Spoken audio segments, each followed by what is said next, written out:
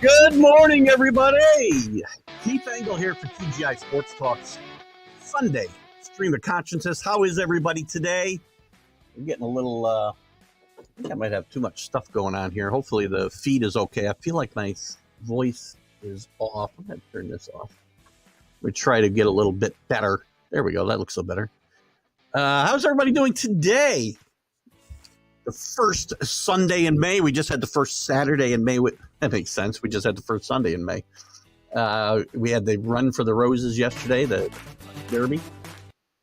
Bear with me a second. There we go. We got a lot of baseball news to talk about. Yankees and Rays in a big series. Yankees would, if you can have a big win on May 6th, they had it. Not falling 11 games out of first place.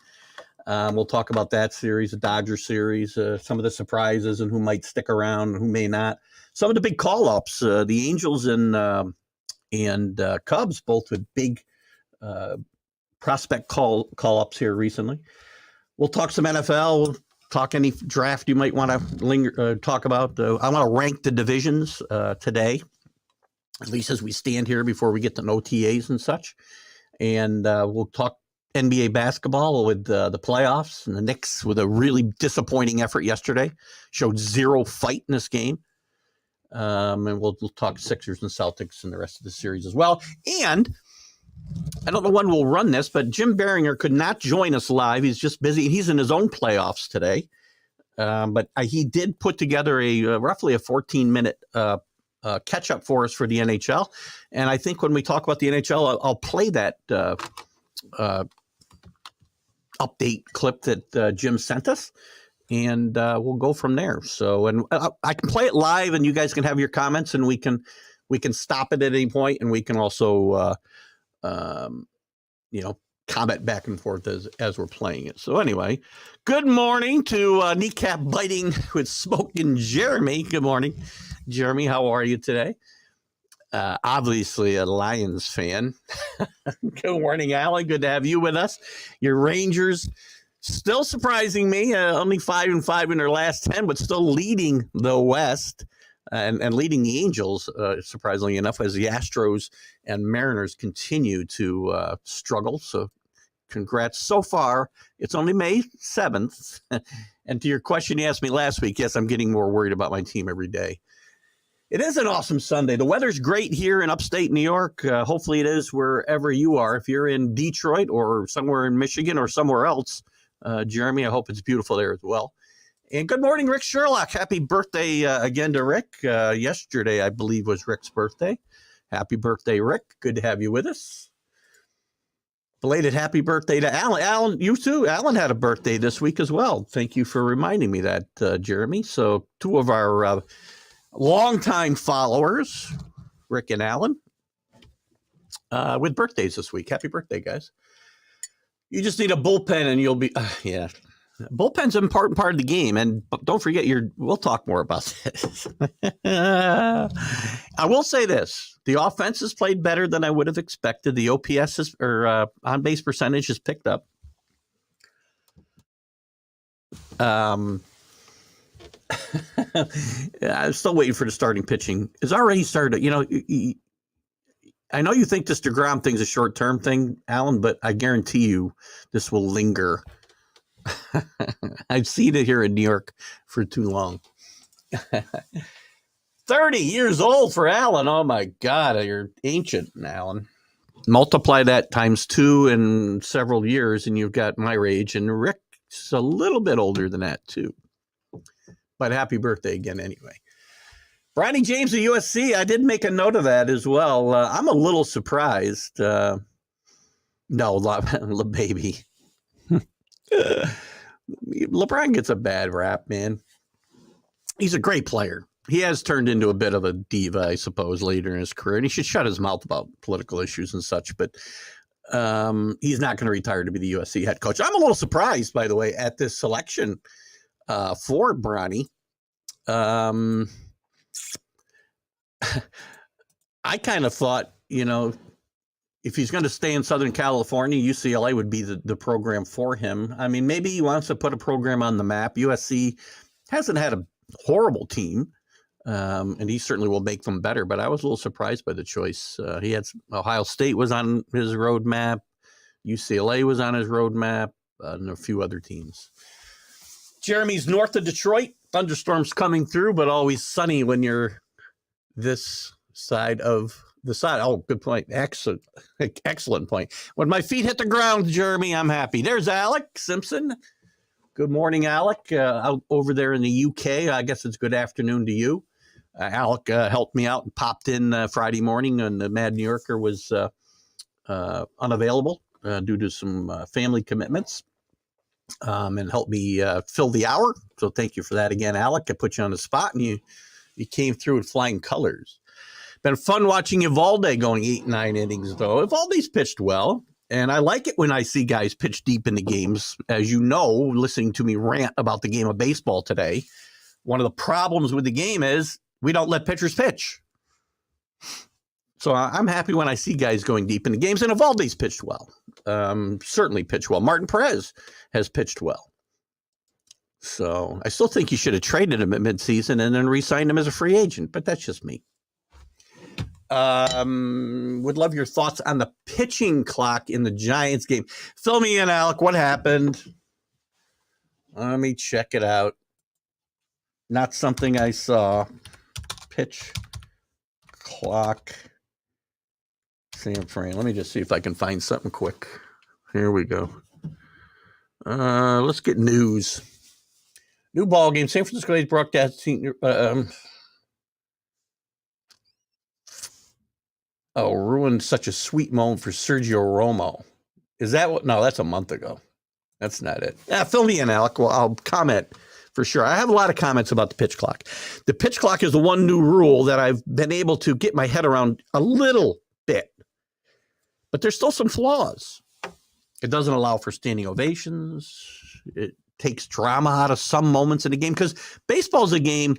Yes. Did the pace of play need to pick up? Absolutely. Let me check something here. Absolutely, the pace of play needed to pick up. But there are times in baseball where the game needs to slow down to maximize the drama of the game. But I'm going to get rid of this for a second. I really feel like my feet is slow, and I don't know why. We'll see what goes on. So anyway, fill me in there, Alec, and I'll comment. Al's just a baby, right, Jeremy? I don't know how old you are, but I can tell you I'll be 63, and Rick's a little older than me, 63 in a few months.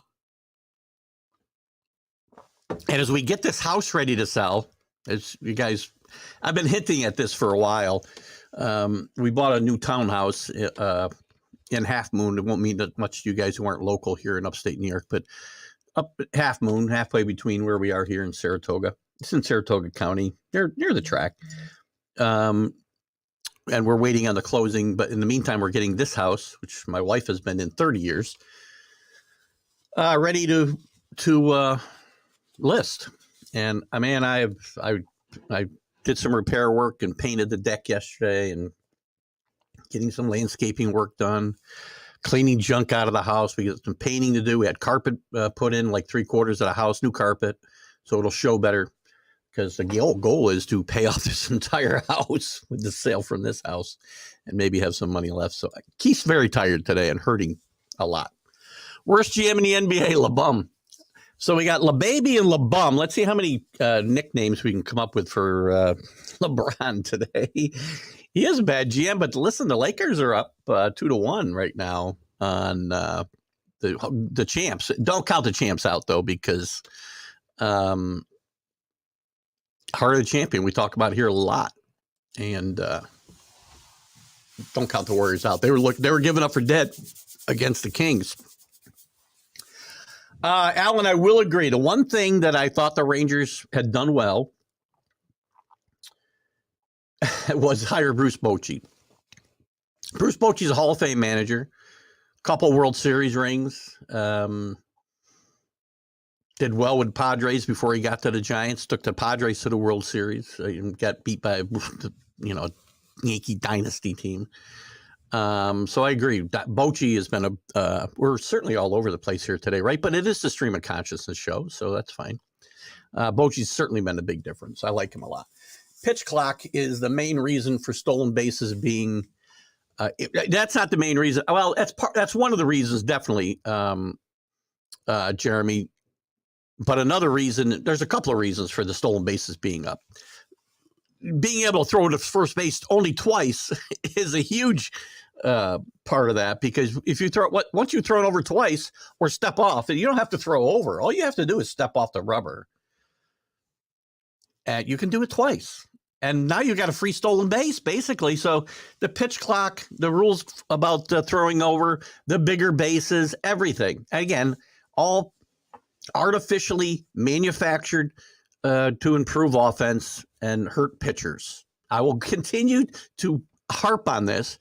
And Jeremy, I don't know how much you've watched me or my content, but I don't like any of the rules Major League Baseball has put in the last few years. And I talked about it. Maybe we'll get into it a little bit today. I talked about on my Friday MLB update an article that somebody, one of the writers in the article, the Athletic had about the rule changes, and some information that was sent to him via picture of an iPad in 2015 with a list of potential rule changes in Major League Baseball. And it's very interesting to see what's on it that has happened and what is on it that might happen. And there's some crazy stuff in there. Here's the thing. You know what? I get why 45 seconds would probably be better. Pace of play did need to improve. I understand that. But again, they did it and they tried to take the onus off the umpires, in my mind, because there are rules already in place that allow for umpires to do things to improve the pace of play. Go back and watch games from the 70s. There was no pitch clock. Even the 80s. There's no pitch clock.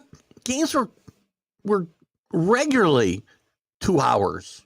2 hours and 15 minutes. An hour and a half in some cases. Man. Anyway, good morning, Kenny Gifford. How are you? Speaking of old guys. Sorry, Kenny. Not a great way to say good morning to you, but good morning. Alec, give me that information on that San Francisco pitch clock issue. I can't quite find it. Got to be something I'm missing here, though. They're base running. If they're base running on base, it should be 45 seconds. 30 seconds with. Oh, I see. If we have men on base, it should be 45 seconds, 30 seconds with the bases empty. Listen, and maybe they'll adjust this, right? They know there are things that are not perfect with this rule. As I said, there are times when the game needs to slow down a little bit when there's men on base. I mean, Brian Schneider, the Toronto manager, talked about how, and I don't remember the circumstance, but they knew that the next day somebody was going to get a big ovation, and they called the league 24 hours ahead of time to say, can we, suspend the pitch clock for a little bit during this instance so we don't get a violation. And I mean, it's really ridiculous when you have to make get an invitation or get a 24-hour okay to have a standing ovation. You'll lose a spontaneity in baseball. And I know the umpires must have the ability, similar to the NFL referees, just to hold up their hand, right, and say, keep the clock stopped for now. But again, I don't disagree with any of these comments. 52 years young for Jeremy. You're getting there, my friend. Base runners. I know what you meant. It will flip. AD is only great every 2 or 3 games. Good point. We'll see. Oh, that's a good point. I mean, listen, he played well yesterday, but he doesn't seem to bring it every day. We'll get into more NBA during the show, too. Like for the love of the game, I'll carry the pillows for you. That was a great movie. Very underrated movie for love of the game. I don't think it got great reviews at the time, but it's a movie I like a lot. If you haven't seen it, it's a great movie. Kevin Costner, he's made some of the best baseball movies ever made. Do I have to mention Bull Durham and Field of Dreams? Love of the Game is very underrated. Started it with Kelly Preston, and he's pitching a no-hitter for the Tigers in Yankee Stadium at the end of his career, and he's remembering his life. And it was really, I thought, a good movie. Some people thought it was too sappy, but I thought it was a lot of fun. Lo and behold, with their crappy lineup, the Tigers have moved up into second place in the Central. Listen, I don't know that that's really all that. They've won 5 in a row. They've played pretty well. A.J. Hinch is a good manager, by the way. So one of the things the Tigers have going for them, and I thought the Tigers last year were on the right track before the year started. I thought they finished the previous year pretty well, thought they were on track, but they obviously tanked. I shouldn't say tanked. That has a different connotation, right? But they definitely did horribly last year. This is a team that this is not a division that's all that good. The Twins leading it at 19 and 15. We'll go through the divisions here in a little bit, but listen, you're only 3 games out of first. The Guardians are playing really bad. Just sent Gonzalez to the minors yesterday. I really want to incorporate hockey and golf, a whole new meaning of the hat trick. To what? What are you talking about, Kenny? Already 5 minutes into the show. Well, not 5 minutes, but we're the Kittens. I don't think you can say lo and behold twice in multiple comments here, Jeremy, but just kidding you. Those Detroit Kittens in the MLB have, didn't you just say that? They moved into second place. How did I get this comment after the first one? It's fine. The only 2 or 3 pickoffs is the promise. It is. It's a huge. This is just one of the stupidest rules ever put in, right?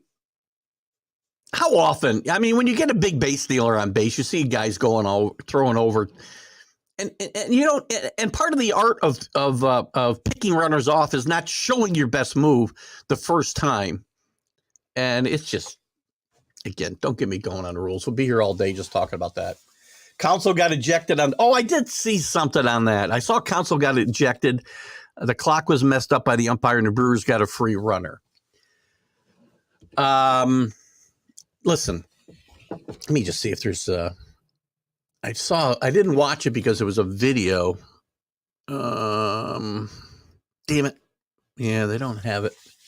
Let's see if the Athletic has it. Wanted to get a little more information on this. I will say this.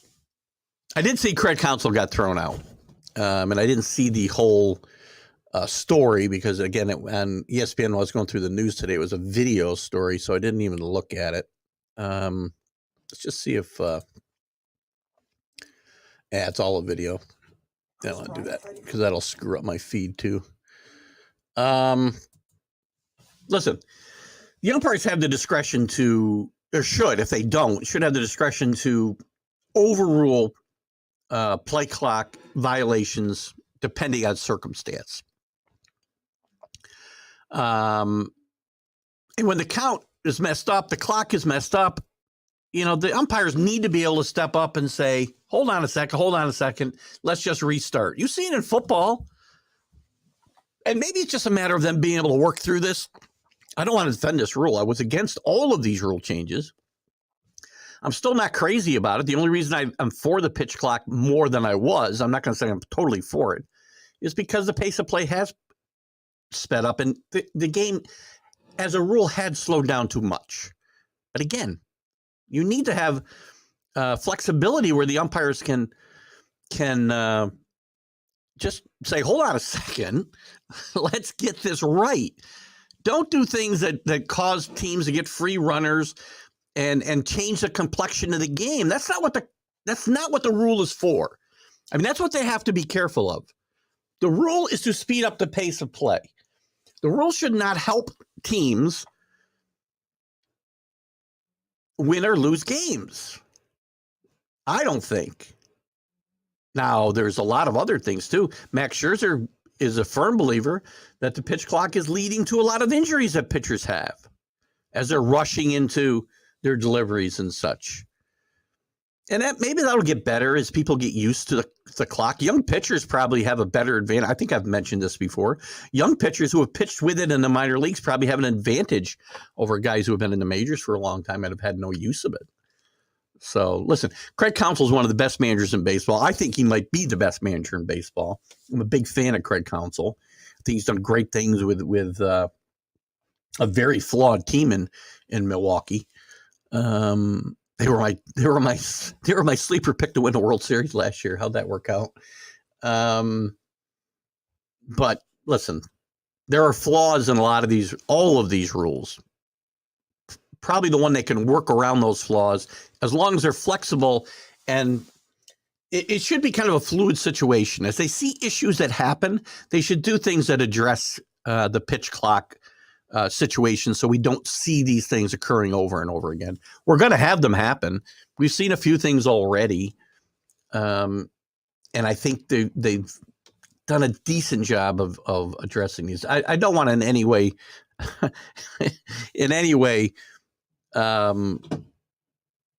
seem like I'm thinking that Rob Manfred's doing a good job, because he's not.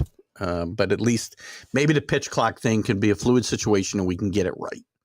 Because, again, there's got to be some discretion. The game needs to slow down at certain times. And by the way, Jeremy, you were right. The Tigers are in second place by half a game over the Guardians. They're 15-17. The Guardians are 15-18. So you're right the first time. They're in second place. You've been waiting 40 years to go to a boxing match and have a hockey game break out.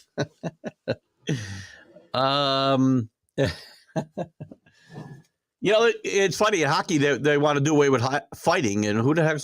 That's what a lot of people go to the games for. They probably don't allow it in every sport. How many steps can a mouth? All right, that's 3. So we got La Baby, La Bum, and La Mouth. I saw him yesterday. I figure he gets the Euro, Australian, Japan, and many more. Yeah, so that's a very funny line, actually. There's nothing I hate more, because that's become part of the broadcasting jargon now. You know, LeBron with the Euro, Brunson with the Euro. Come on. You're right, Kenny. I watched him yesterday, fast break, where I swear to God, he picked up the ball at the top of the circle and took about 5 steps. Oh. Those are 3 really good names. And you go back a little further to the Broad Street Bullies with the Flyers.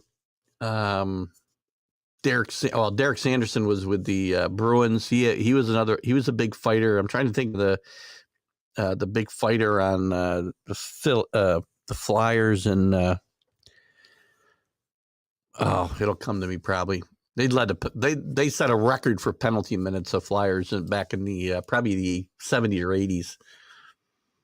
Darren McCarty taking out Lemieux.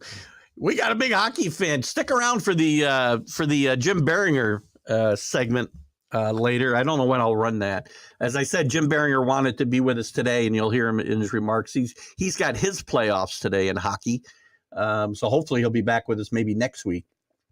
But I've got a 14-minute update that he sent me, so we can play that later, assuming we have time. Now that's the game that the refs. The Warriors-Lakers game. You know what? You're right. I mean, the NBA is hard to watch because of a lot of reasons. The Euro step, I think, is awful. The inconsistency of the refereeing is awful.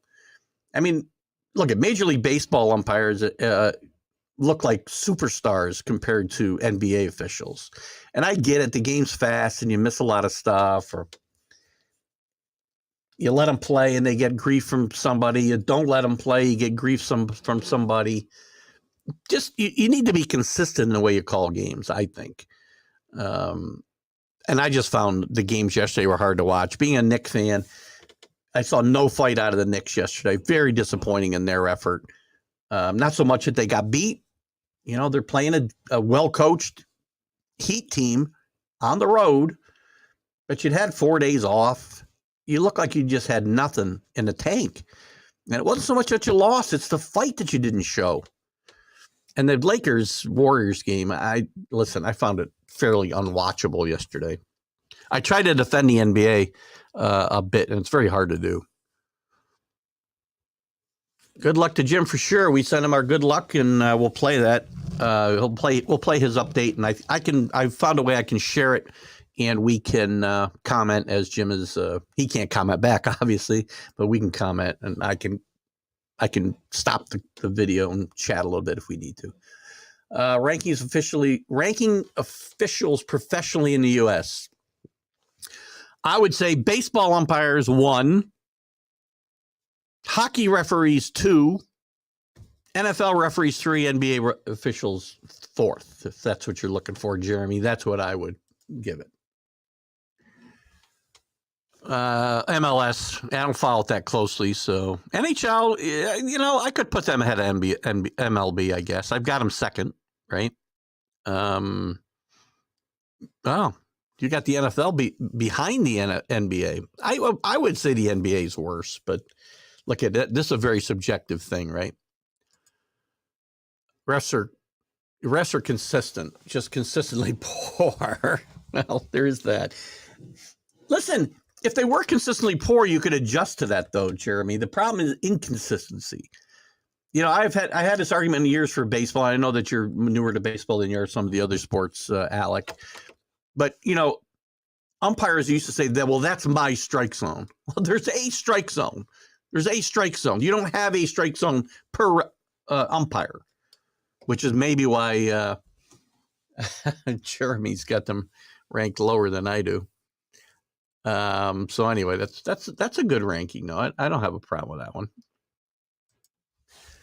MLB referees are full-time, absolutely. And I think all of them are now, if I'm not mistaken. The NFL for a long time wasn't, and now they are. I'm not sure about the NHL and the NBA, but I think they are. But the seasons are so long, I don't know how they couldn't. Kenny. Cornhole first. What's hatchet? It's going to be that kind of morning. I can see it. We've gotten into very little stuff here. NBA refs are held to a standard throughout the season. The ones in the playoffs, they had I shouldn't say that. I think the NFL has gone to a grading system for the playoffs. Major League Baseball, I think, is still on a rotation basis, but they should. But if you're taking 85% of a grade or higher, and referees are all bad, then the bar's not set terribly high, I guess, is probably Alec's point, and I would kind of agree. It's not an easy job. There's 10 guys, very athletic, big men, running very fast, and it's very hard to catch everything that happens. CA's with us. CA's in the house. Good morning, CA. Good to have you with us. Great, happy Sunday morning to you. Except for the NFL. You're talking about the grading system? Yes. Or no, I thought the MLB was, if we're talking about the rotation. Yeah, I'm not sure. Bill Pulver, look who's here. Pickleball.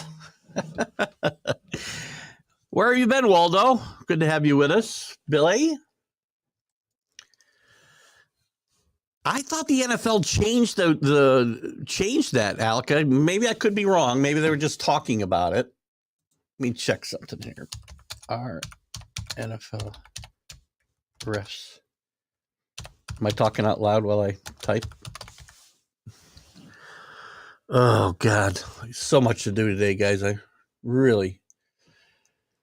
All of the referees on the NFL officiating rosters are part-time and have what is called a dark period between the end of the season and the middle of May. That time during the summer is which they can typically have another job. They cannot have another job during the season. I guess that's what I was thinking about. So they do have a time where they can have another job, and it's from the end of the season between the end of the season and the middle of May. Well, there you go. Cornhole can't be first. If you're in jail, it has a... Oh, man, this show's gone off the rails today. You don't see this list? I'm not going to even look at it today. I can see it's going to be that kind of morning. Alan, not a good time to pipe in. Yeah, well, Andrew Hernandez definitely is in a league of his own. So I would, if you take Alex Hernandez out, I mean, maybe I got to rank MLB lower because he's factored into the rankings. If you take him out like Alan did, you can rate the MLB higher. I'm surprised you guys have the NBA ahead of the NFL. NBA officials are a step behind politicians. Well, you guys are hot today, man. We haven't had a LeBron new nickname in a few minutes here. We've got 3 new ones. Well, I don't know if they're new. NFL hasn't made officials full-time yet. Now, they are full-time during the season, from what I can gather. They are not allowed to have other... This one says officials are considered part-time employees in the NFL they also don't receive insurance benefits from the NFL. It's probably why they're not, because it's only a gazillion billion operation in the NFL. We can't give them. For the majority of officials, being a referee is only their side job. Primary occupation, civil litigator in a law firm. FYI, he's run 12 marathons. This is about some specific guy. So that's interesting. NFL salary. How much do they make? How much you think they make? Referee salary per game. Wow. All right. So 205,000. Well, this is kind of this is an NFL referee. This is a year ago. Official numbers regarding NFL salaries are kept under wraps. There seems to be a general idea that the number has settled somewhere between 150,000 and 205,000 per season. Billy, your wings have been clipped. Not much traveling yet. I thought you were traveling. When's the last time we saw Waldo here? Rick? Ensign Pulver from Mr. Roberts. I'm sure you've heard that one before, Billy, but I don't think we've had it on this show. It has not. Waldo's been your nickname, not Ensign Pulver. In 2019, out of 268 games, there were 162 bad or no calls in the final 2 minutes. Well, I guess as I look at that, relatively speaking, that's not so bad. The players never shut up and were warned yesterday in L.A. watching Lachina complain. Oh, my God. No, they don't shut up. You're right. I don't know. That's why I like guys like, and again, I didn't watch this entire game, but I've watched a lot of Steph Curry. I've always liked Steph Curry. I was always upset the Knicks never got him. They were like a pick away from getting him. But I think he's a class act. There's a few guys that don't do this type of thing all game long. There's times where you're going to get into it in any game, right? But not so much. Not so much that you got to jaw for 48 minutes. My God. This is why the NFL officials are part-time on betting with online betting companies in the offseason, right? Oh, God. Yeah, all sports. And we saw it in the NFL suspending players just a couple of weeks ago, mostly Lions, a few other players around the league. But you can't be hypocritical and get into bed with all these betting companies and then, have this hard line about players. Again, if you're betting on NFL games or if you're a major leaguer on major league, the sport you play in, well, that's wrong. But you can't say to people it's okay for everybody else to wager on something you're not involved in, and wager on our games, and then tell the players, don't you dare get involved with any kind of legal betting. Now, if they were betting on NFL games, that'd be wrong. If they're betting on NCAA basketball or football, well, then why do I care? Only can pay NFL officials because they are not for profit. Only can pay NFL officials because they are not for profit. I don't know who's not for profit. How about LeBall? That's a ball like a baby. LeBron's taking it tough on the show today. 250, not worth it. Yeah, I know, right? I don't know how much that's worth. I don't know what the conversion rate is in the UK, Alec. I know in Canada it's horrible. Pulverizer, that's right. We've been using the pulverizer for Billy. I say Waldo a lot, but Ensign Pulver's a new one.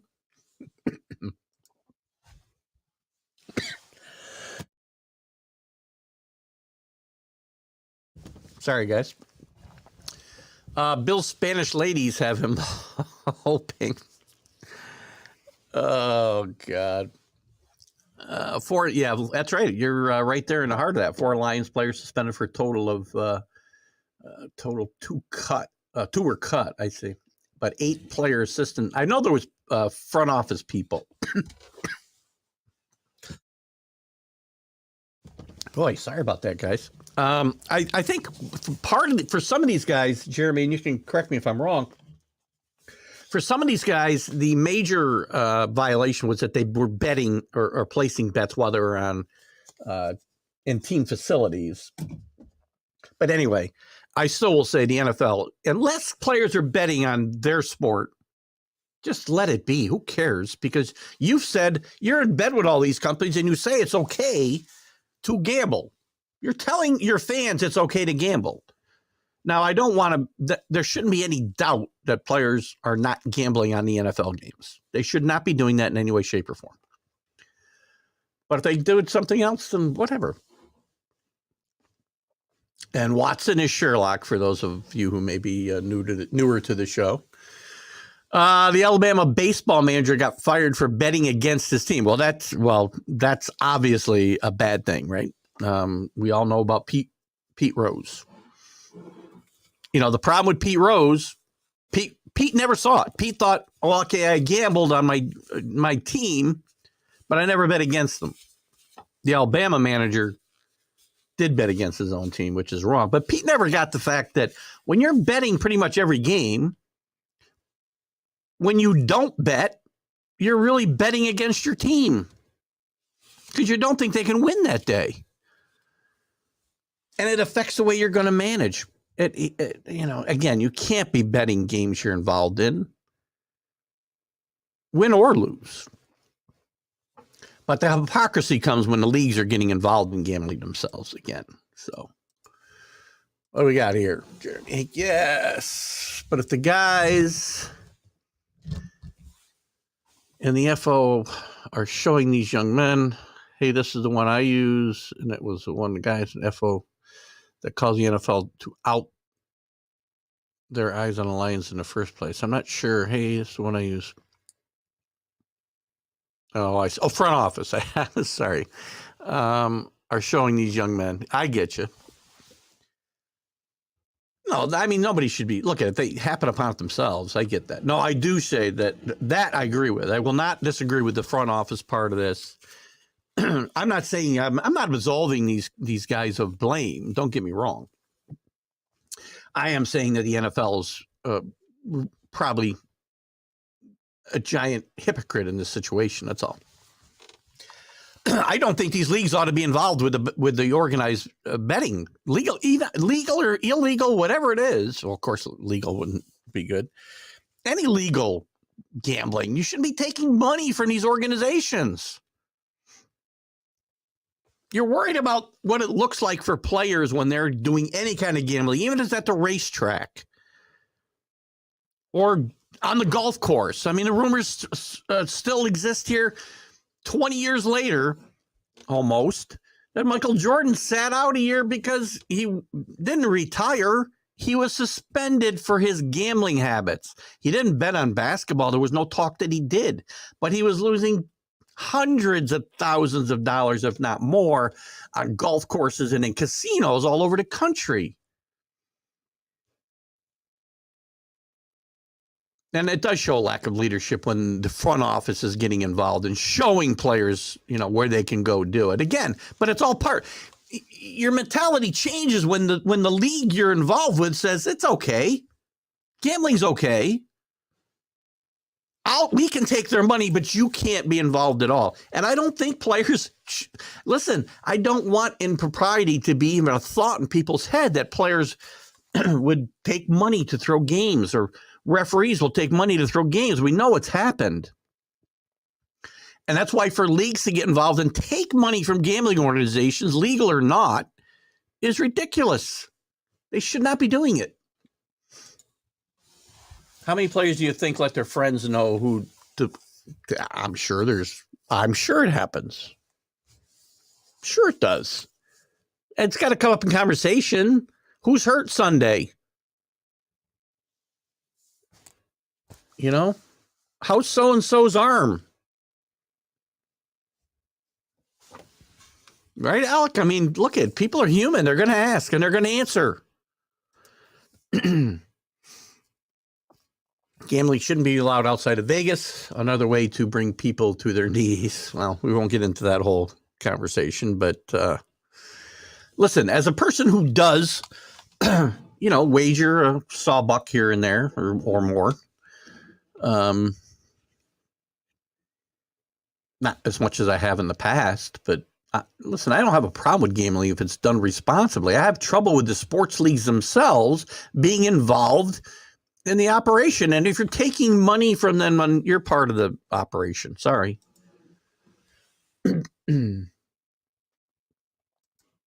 Sports league just didn't take any money. Fred Couples is the greatest money player ever. Ice in his veins. I agree. I don't know how we got to Fred Couples for this conversation, but I love Freddie Couples. Every year at Augusta, the first 2 rounds, I'm rooting for Freddie to make the weekend. Or there's even been years where he's been in contention early in the tournament. So it's fun to watch Freddie still play golf at his advanced age. Anyway, let's dive in a little bit more. Oh, we got here. As long as the players aren't gambling on their own league or teams, I agree. But again, I know they worry about all these leagues when it comes to players and gambling, even today, and certainly over the past 100 years, it's a bad look if the players are gambling at racetracks, which they've done for decades, especially baseball players, or casinos. Willie Mays and Mickey Mantle weren't even playing anymore, if you remember, and they were suspended by Bowie Kuhn for having an association with a casino. Just lending their name to the casino. Look, and so where are we today compared to that? So you're worried. For decades, all of these leagues were worried about image, right? And what it looked like. But now we just take their money. So it's ridiculous. Couples uses a woman's 5-wood head on his club. I did not know that, Kenny. Interesting. Is that a legal club? Or is this your way of telling me that women are as good as men? I'm not getting into that again.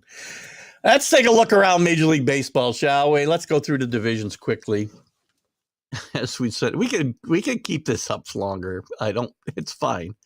This has been a fun conversation so far. So let's take a quick look around Major League Baseball. We had some big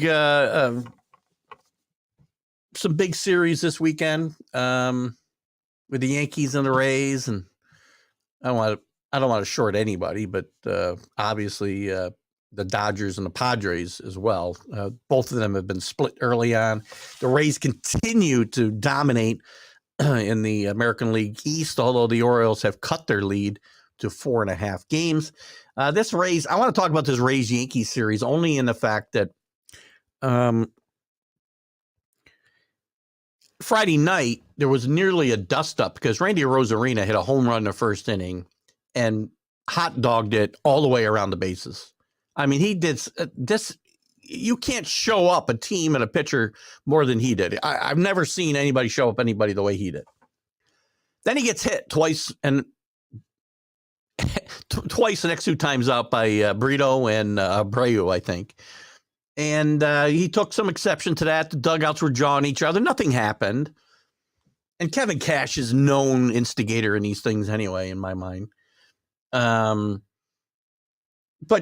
you know what? I'm not for... If you don't want to get thrown at, then don't show up the pitcher and don't show up the other team and hit a home run. Just run around the bases and go back to the dugout. Bat flips, jawing with players around, whatever freaking thing that was Randy Arozarena was doing. You deserve to get hit, and you should get hit. That's when guys should be getting thrown at, and you should be throwing at him, right? Kevin Cash's big problem in this game was that, they didn't warn somebody after the first time he got hit.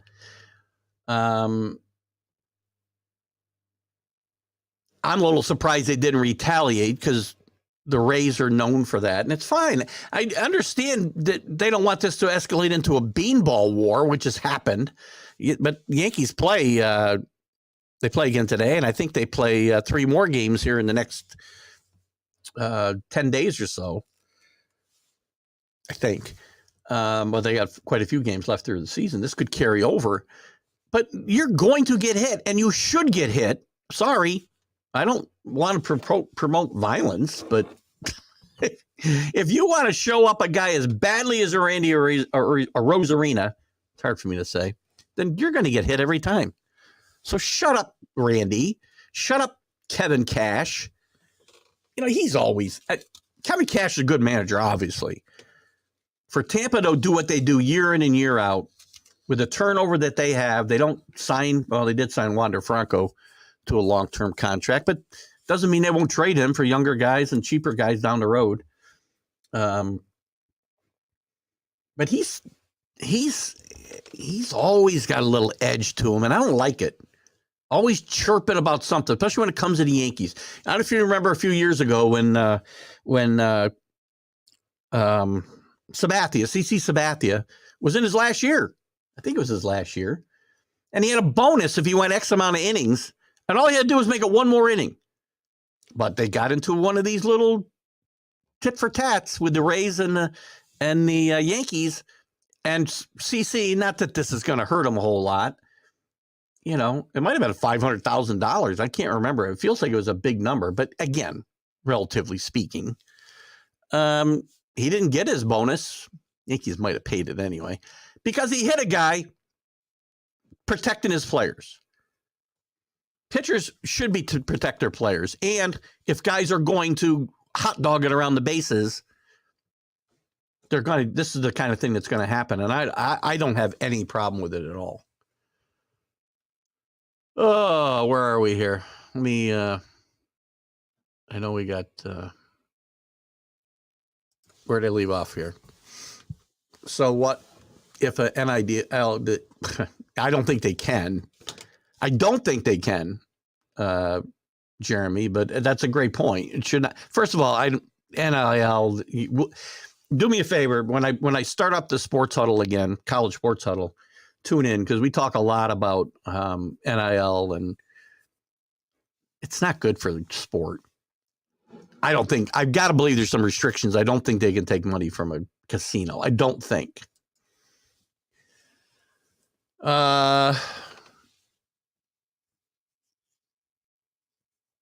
Doesn't matter which sport. Huge difference of playing for money versus playing with your own. Agreed. I always thought that in the Skins game, by the way, not to get off the topic again. Well, it would have been really fun you remember when the Skins game first got played in golf. Gosh, probably back in the 80s. It was like a lead-in to the Super Bowl on Super Bowl Sunday, with Nicholas and Palmer. And I don't know who played originally, right? But I've always thought it'd be more fun if these guys put their own money in. That would be fun to watch.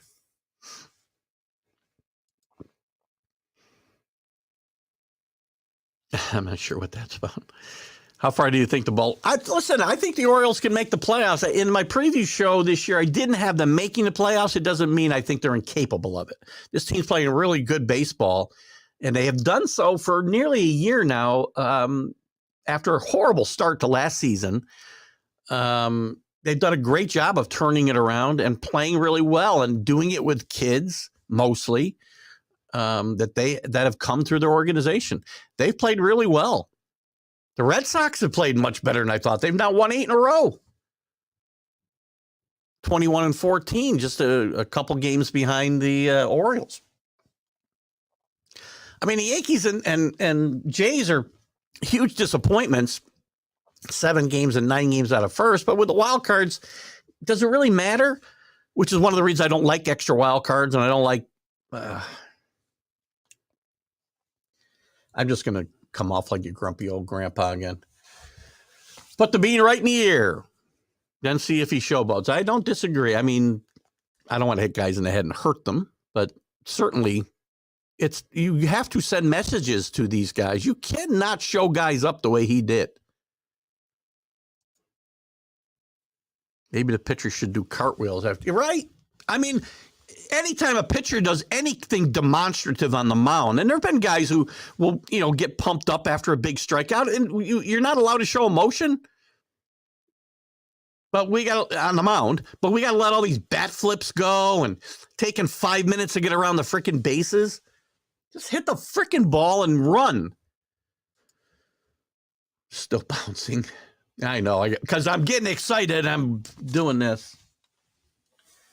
We'll have to deal with it for a little while. My temporary office here. I'm on a folding table, so we bounce a little bit when I get excited. When we get moved, and I get my new office and studio set up, I've already ordered a new desk and whatnot, so we'll eliminate that when I get excited. Sorry, probably looks like I'm having some kind of seizure. Orioles will play in the World Series. That's a bold statement, but you look at the surprises around baseball.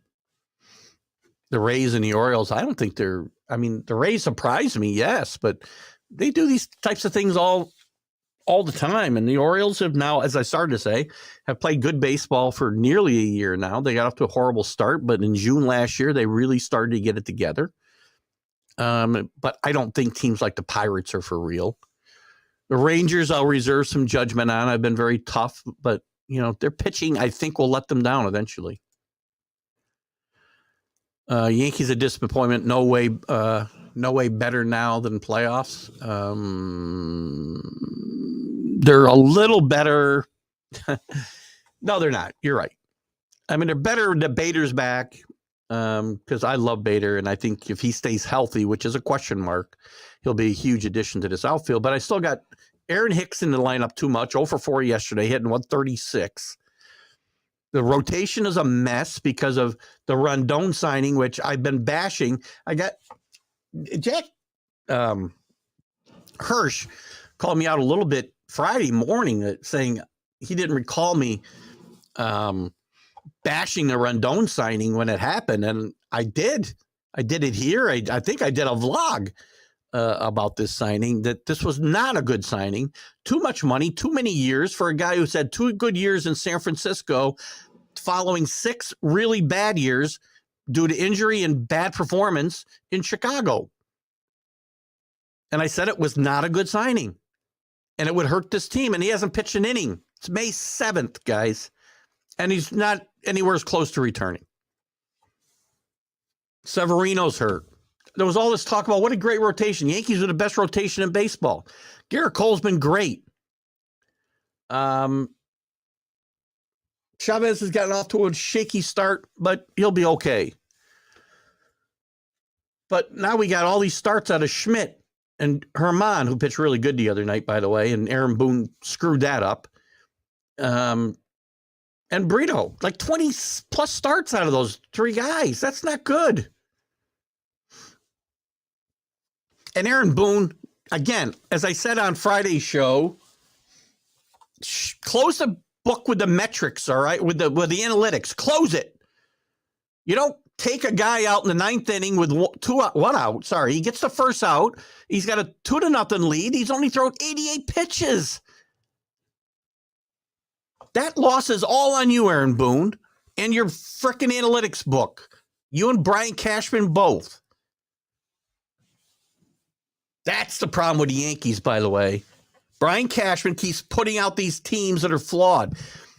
Even if they make the playoffs, this is another team that will not go very far because they cannot beat elite pitchers. They're not built to. Too many holes in this lineup. Hicks plays too much. Donaldson will be back and he'll play too much. Is there hope? Yes. Volpe's playing great baseball. He shows he belongs. He looks like he gets it. But there's too many other holes in this lineup. The Central, we talked about a little bit. The Tigers have moved into second place, half a game ahead of the Guardians, who are just terrible. He sent Gonzalez out yesterday, one of their better hitters last year. And the Royals, the Twins continue to lead. The Royals are at the bottom of this division.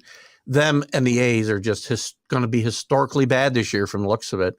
I kept saying one of these teams might lose 130. The A's were my bet. They somehow won 2 in a row.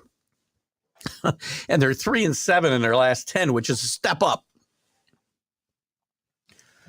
But they still got to be on a pace to lose they're going to set a record at this pace. The record is 120. Analytics won't win championships, just games. I agree. You know what the problem is, Alec? And you're newer to baseball, and I know you've talked about that. But even you know this.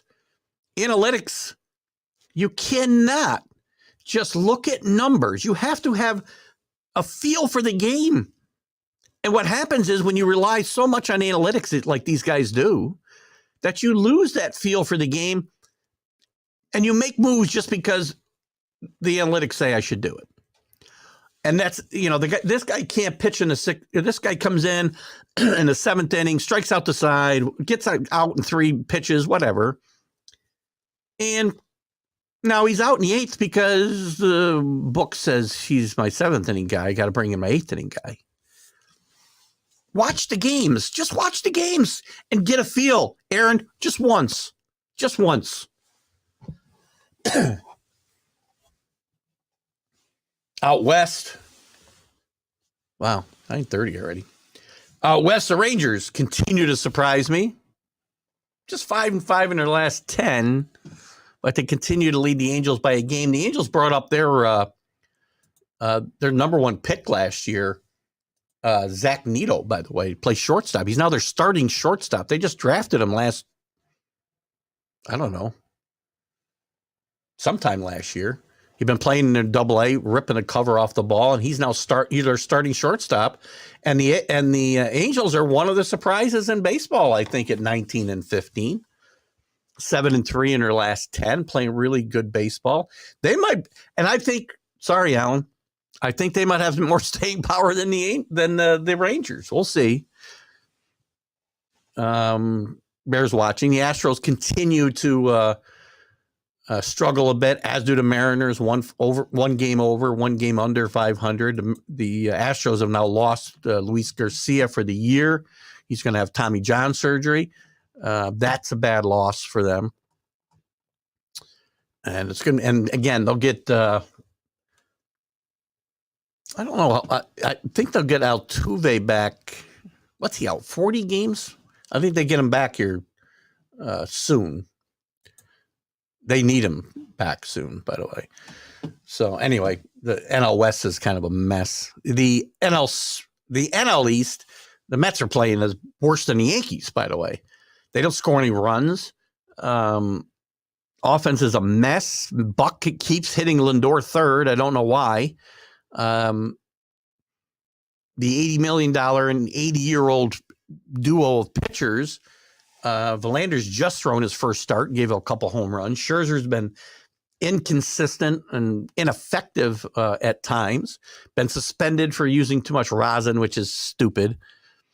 But this team, again, They got away from what made them successful, I think, and went all in with this Verlander and Scherzer combo. And I think it's a bad mix. And I don't like. They need to play the kids. Like I said, he keeps hitting Lindor third, and Batty, who they brought up to play third base, has been hitting well, and he's hit 8th and 9th.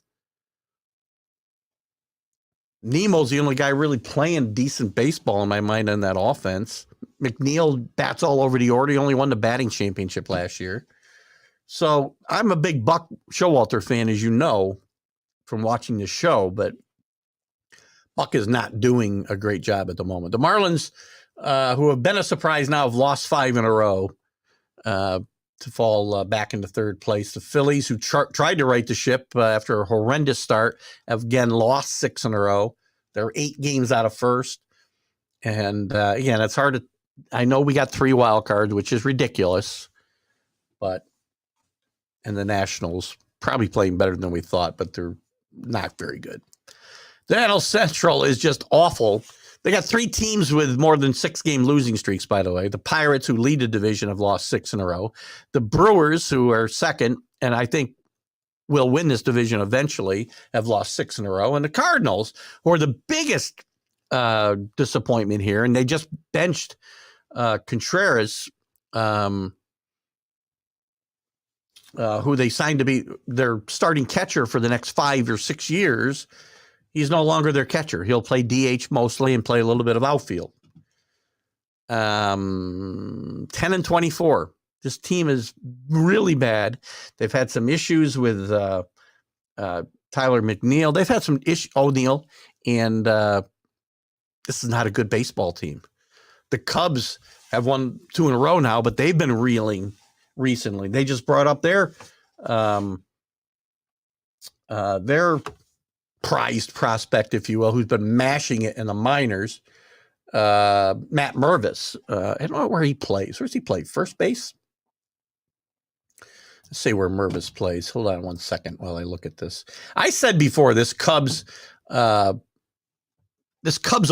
was just ugly and a disaster in my mind. The way he's playing first base. They signed Eric Hosmer, by the way, which I said was ridiculous. This is not a good team. And Alan, I know you probably feel I'm picking on you because this is another one of your teams. First of all, you can't have 2 teams. I keep telling you that. And second of all, this team is not very well put together. Nico Horner, I should say, is playing really well at second base, hitting .315. Dansby Swanson was a good signing, but he's got to be wondering what the hell he did. Bellinger is playing better than I thought he would, but he's not going to hit 300. And the only other guys on the team that are Trey Mancini's done okay. This is not a well put together team. And when Marcus Stroman's your number 1 pitcher, right? And Tyon and Hendricks, who's out, hurt, and Smiley's part of your rotation, this team's not going anywhere. Nowhere. Fast. I'll get back to your comments in a second. I want to get through these standings quickly. And out west, the Dodgers have rebounded after kind of a lackluster start, as have the Padres to a lesser extent. And they're playing each other this weekend. They've split their series so far 1-1. The Dodgers are now 20-14, 7-3 in their last 10. They've got a half-game lead over the surprising Diamondbacks, who I do think have some staying power as well. So the surprise teams, I think the Rays and the Orioles have staying power. I think the Diamondbacks have some. I do not think the Pirates have staying power. I didn't think the Marlins had staying power. I'm going to say the Rangers don't have staying power. Still going to say that because of that pitching. But the Diamondbacks are only half game behind the Dodgers at 19-14, won their last 3, 7-3 in their last 10. They're ahead of the Blue Jays, good grief, the Padres by game and a half. The Giants hanging around 500 or 15-17. They've won 4 in a row. I just don't think that's a very good team either. I think you saw it last year. They're not a good team. Gabe Kapler at some point, who was a little bit off his rocker, by the way, might be the guy. who pays the price. They're all playing Billy Bean ball. Well, not really. Billy Bean wouldn't be signing Max Scherzer and Verlander for $40 million apiece. Moneyball worked for a while. In fact, the Rays kind of still do it. And Moneyball, remember, if you haven't seen, by the way, if you haven't seen the movie Moneyball, watch it. It's really good. Brad Pitt stars as Billy Bean, and he's really good. I know there's some, some license that's taken here, but the essence of Moneyball was finding guys with high on base percentages and paying them the least amount of money that they could. That's the premise of Moneyball. And it worked for a long time for the A's. It won't win championships, though. Similar to analytics, and it's built heavily on analytics. It's going to win games, but it won't win championships. It doesn't work anymore. You still have to have decent players, as you see with the A's. And it does work with the Rays for a little bit. Alicia says hi from London. Billy says, hi, Alicia. How are you? Don't know if you're probably not hearing me, or if you would have said hi yourself, but hi back to her. I see her pictures with her puppy a lot, and it's always good to see those pictures from the UK. We have quite a few followers now in the UK, counting Alicia, Alec, who's become a big part of our show.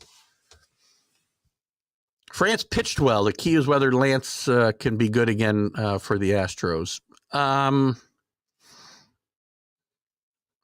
The Astros, I think the Astros will be fine once Altuve gets back. He's a big part of this offense, and I do think they'll be fine. Let's take a look at their numbers real quick.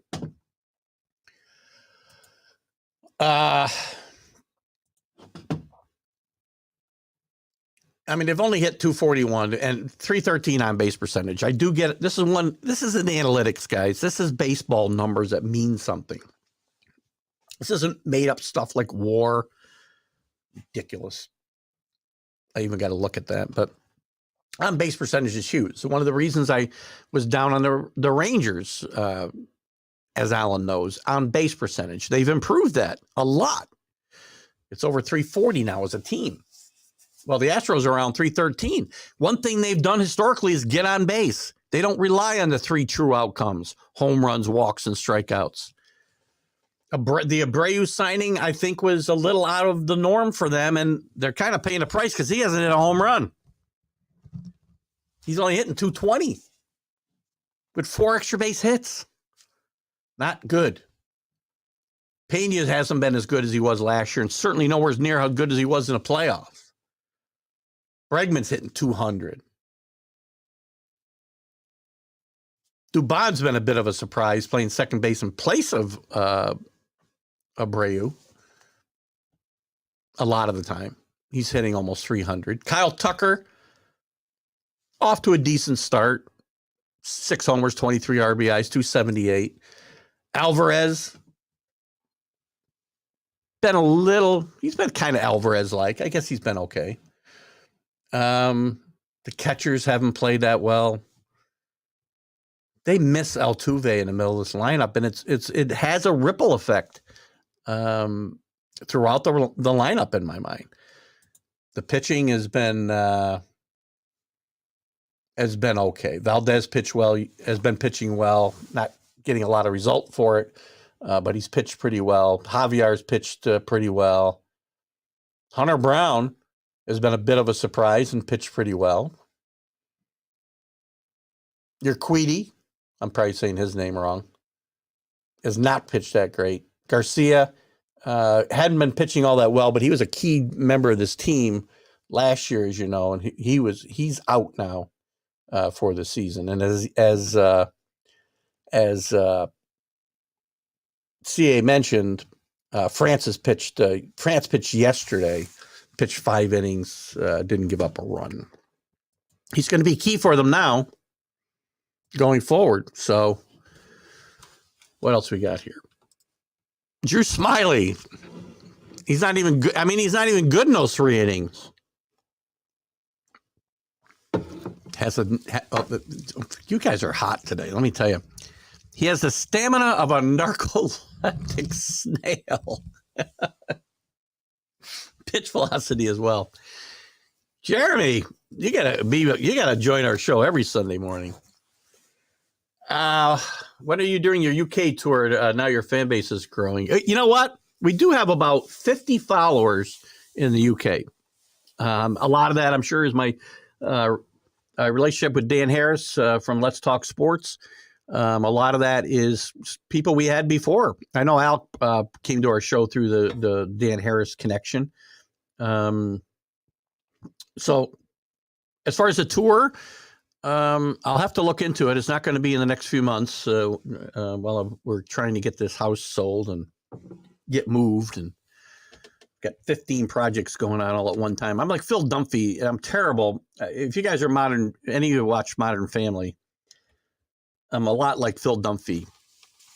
I have a hard time staying focused on one freaking project at a time. Jesus. Took me all day to get the deck touched up and painted and stained, I should say, restained. Because I stop and get doing something else, and I forgot what I was doing, and then I'm fertilizing the lawn, and I realize I go by the deck, and I go, wait a minute, I was working on the deck. Oh, my God. Oh, it was a tough day. What else? When are you getting cut? Because you promise you won't use your hockey ability. I'd love to, Kenny. I don't know what my availability is going to be because I turned down a golf invitation today with a friend of mine because we got to get some stuff done here. So the next 2 months are going to be rough, but I'll try. When is your knee operation? Because I would love to get out with it before then. I did play Thursday night in the Zombo League, subbing for Saab with Scotty J. Did not play well, by the way, and it was awful. It was rainy and wet, ball plugged, cart path only, and man, I didn't find a cart path all day, I can tell you that. Peeney isn't hitting like Dusty wanted. Had to move him back in the order. Yeah, again, he's a kid still. You got to give. I love the kid. I think he's going to be one. He may be as good or better than Correa before it's all said and done. ADHD, that's me. Don't mention squirrels. I'm looking around for squirrels. I also was doing battle yesterday. Speaking of ADHD, here I am now. I'm focused on the show. Speaking of travails, I'm also battling with a woodchuck that has made a home under my deck. We'll see how he likes. I fixed all the lattice, and I didn't fill in his 2 entry and exit holes yet because I don't want to bury him under there. He'll get out. I'm not really worried about that. But I'm trying to make him think a coyote moved in because I don't know if you guys have ever used this. I don't know what they call it. Basically, it's animal repellent. But it's basically freeze-dried coyote pee. So they think there's a coyote around, and they kind of hightail it out of town. So he and I are doing business, or doing battle. We came face-to-face the other day, and he scared the hell out of me because I didn't know he was standing behind me. But as soon as I turned around, he skedaddled. Did I check out the AFL? I did a little bit, yes. In fact, there was a story. If you're talking about the Australian Football League, I think you are, Kenny. If I remember what we talked about, there was a story on 60 Minutes last week, ironically enough, about this American. He's like 6'8" or 9, maybe taller. Now that I think about it, might be 6'10". Who's a big star in Australian football, and can't remember his name. But he's an American, and he's been there quite a while. And then it was a very interesting interview. If you get a chance, go back and watch it. May 18th. It's going to be hard. That's like 13 days, right? Not even. Sorry, 11 days. It's probably unlikely. I think you told me you thought you'd be recovered later in the summer. We'll probably have to do it then, Kenny, quite frankly. I got to get this house ready for pictures by the 24th. I've made a lot of headway, but still a lot to do. Use a nylon lizard screening on the back of your lattice. I got to make sure he's out of there first. And I'm moving. So all I want him to do is move on until I have the house sold. And then it's somebody else's problem. How much wood? What'd I say? Oh, how much wood could a woodchuck chuck? If a woodchuck could chuck wood. This guy just moved in a few weeks ago. I've seen him for years. I'm pretty sure it's the same guy I've seen for years. But he just moved in, probably in the last couple of months. That stuff works well for about 30 days. Well, I need it to work for about 60 days. Now, maybe, 30 might be enough. That would get me to June. I could have the place sold by then. Believe me, I layered it too. And I've got some other stuff that I found that I don't know how old it is. It's actually, you can hook it to your hose and spray it, which I'll probably use that as well, and spray it under the deck if he doesn't move out. Patrick Murtaugh. Yes, I think it was. Oh, no, you're talking about somebody. That's not the player. I don't think that's the guy I'm talking about. I don't think. But I did see that he signed with the Lions, this Murtaugh. Be interesting to see how that goes. It's an interesting game to watch. I don't know all the rules. I don't think there are any rules. Bury him and it will be a nice gift for the new owners. And I don't want to do that to somebody. I don't think I can bury him anyway. He's going to dig his way out anyway. So anyway, man, we are all over the place today. What else did I have on baseball? Anything? Let me just jump through my news stories here real quick. Gosh.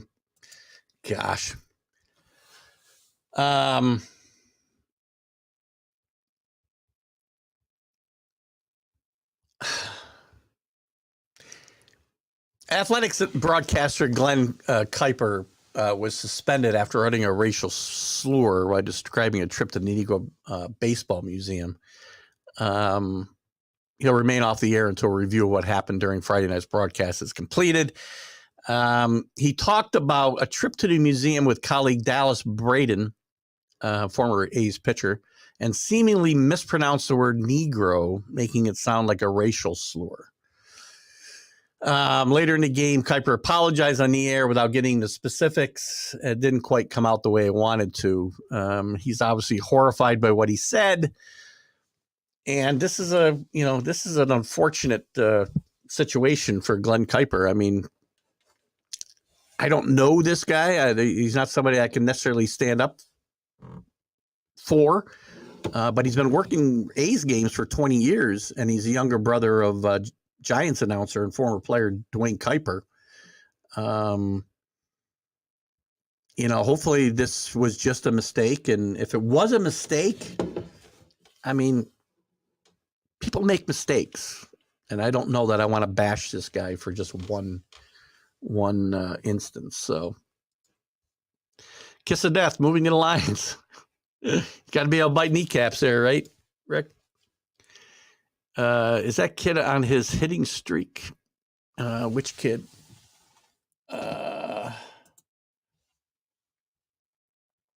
MLB hitting streak 2023. Let's see who's on a streak right now. Oh, Marco Dubon. Is that who we're talking about? He had a 17-game hitting streak, which I think is still intact. Oh, here we are. I think that got broken. Current hitting streaks, the longest streak is Yoshida from Boston at 15 games. Robbie Grossman, 14. Brian Reynolds, 11. And if you're talking about Dubon, his got broken, I think, the other day. Better watch out. Those critters can climb trees and surprise. Yeah, I don't know if they'll attack me, but because I think he's more scared of me than I am of him. I'm not scared of him, by the way. He just surprised the hell out of me. I'll take a shovel to him, and that'll be the end of him. I don't want to do that, though. I'm a nice guy. Yeah. So it ended on April 28th, by the way. His streak of 17. So currently it's Yoshida.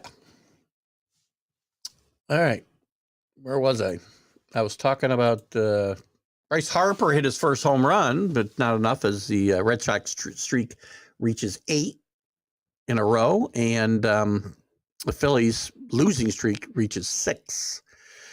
As I said, Cardinals are moving Wilson Contreras to a DH and outfield. This is a big deal, and it certainly looks like he's the scapegoat. And it was talked about by Marmol, the manager, and the head of baseball operations. That had discussed the fact that there's a way they do things and a way they call games, and Contreras was not up to speed with the way this organization wants things done. Cujo.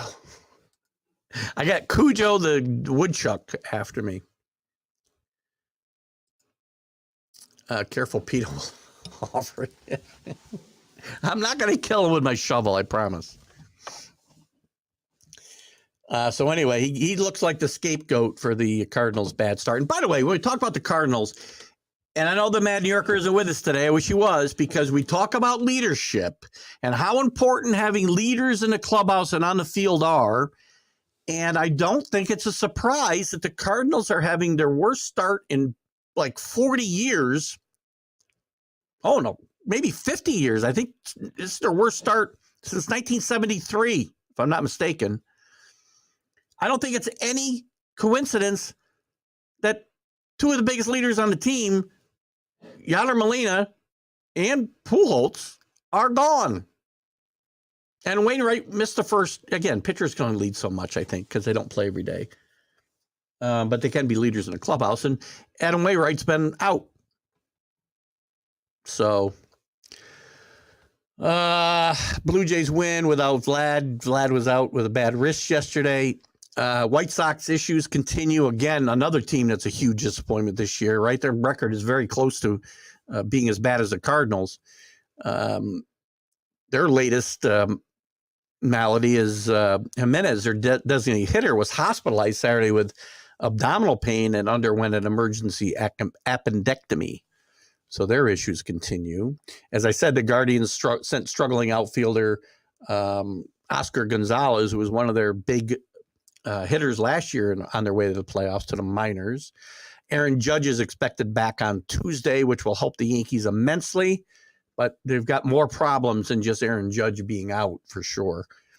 So that's where we're at. I'll catch up here, and I'm going to move to the NFL a little bit. People eating tasty animals. Jeremy, you fit right in with this crowd. Let me tell you, you're awesome. Leader is not the key in under 10 soccer. Well, it probably ought to be, Rick. Stop giving them trophies just for showing up. All right. How about that? Let's switch to some NFL news. We can talk about anything you guys want. This show's been kind of all over the place. Let's jump into the NFL. What's going on in the NFL? Anything good? Robert Saleh says the talk of Aaron Rodgers' wish list is silly. That Saleh wanted all these guys that they signed, that Rodgers also was reported to have on his wish list, meaning Lazard, Boyle. Well, I don't know if Boyle's on it. Randall Cobb. Not to be confused with Randall Tex Cobb, by the way. But it's very funny, if he had this wish list, if Aaron Rodgers had this wish list of all these ex-Green Bay Packers, and it's only going to be days probably before they sign Mercedes Lewis, who graduated a year behind me in high school. If he was complaining about not having weapons in Green Bay, why are all those weapons coming to New York? Makes no sense. So that's kind of an interesting story there. I think in a little bit of good news, or interesting news, I should say, Nick Foles is released by the Colts. The Colts are planning on starting Anthony Richardson this year, which I think is a huge mistake. This kid wasn't even prepared to play major college football. Now you're going to start him in the NFL? Unless you think Gardner Minshew is going to be the answer. But Irsay said that they're going to start Richardson. And now Foles, one of the veterans, is gone. I don't know why this is a big story. Rookie Sean Clifford inherited Packers, Rodgers' former locker with the Packers. The Giants extended Dexter Lawrence 4 years.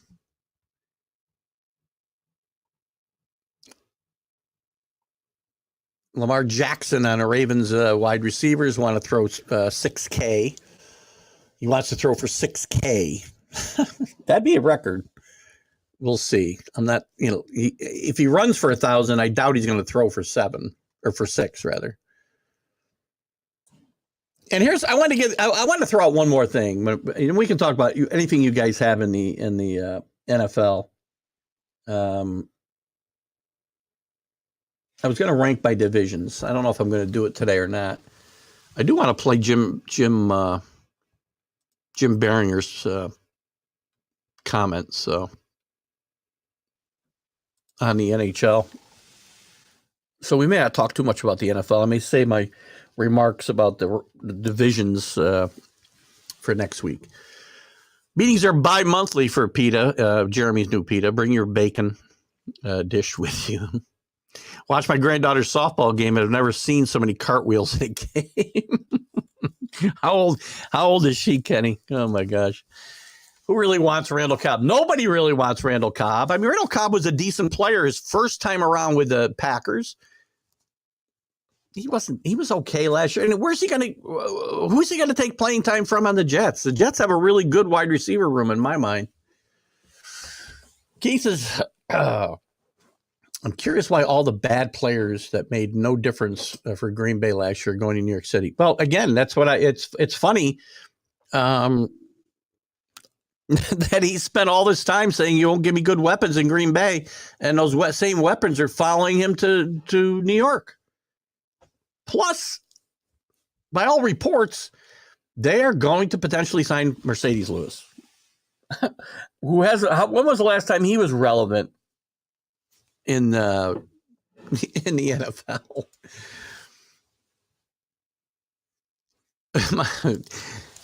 Rick is no lover of Mr. Rogers. I shouldn't say that, I guess.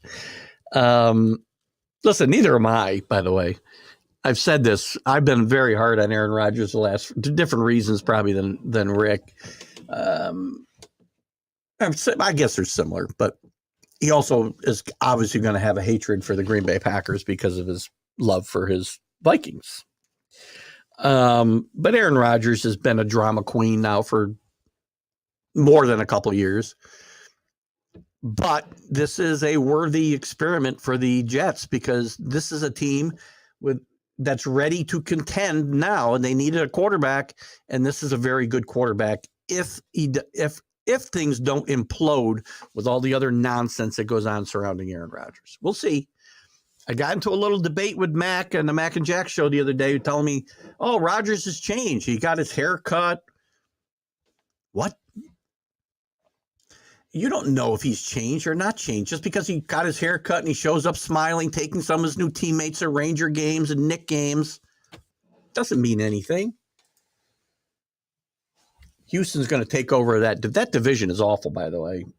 I only have the NFC South ranked behind them, CA. And Houston did a great job in the draft.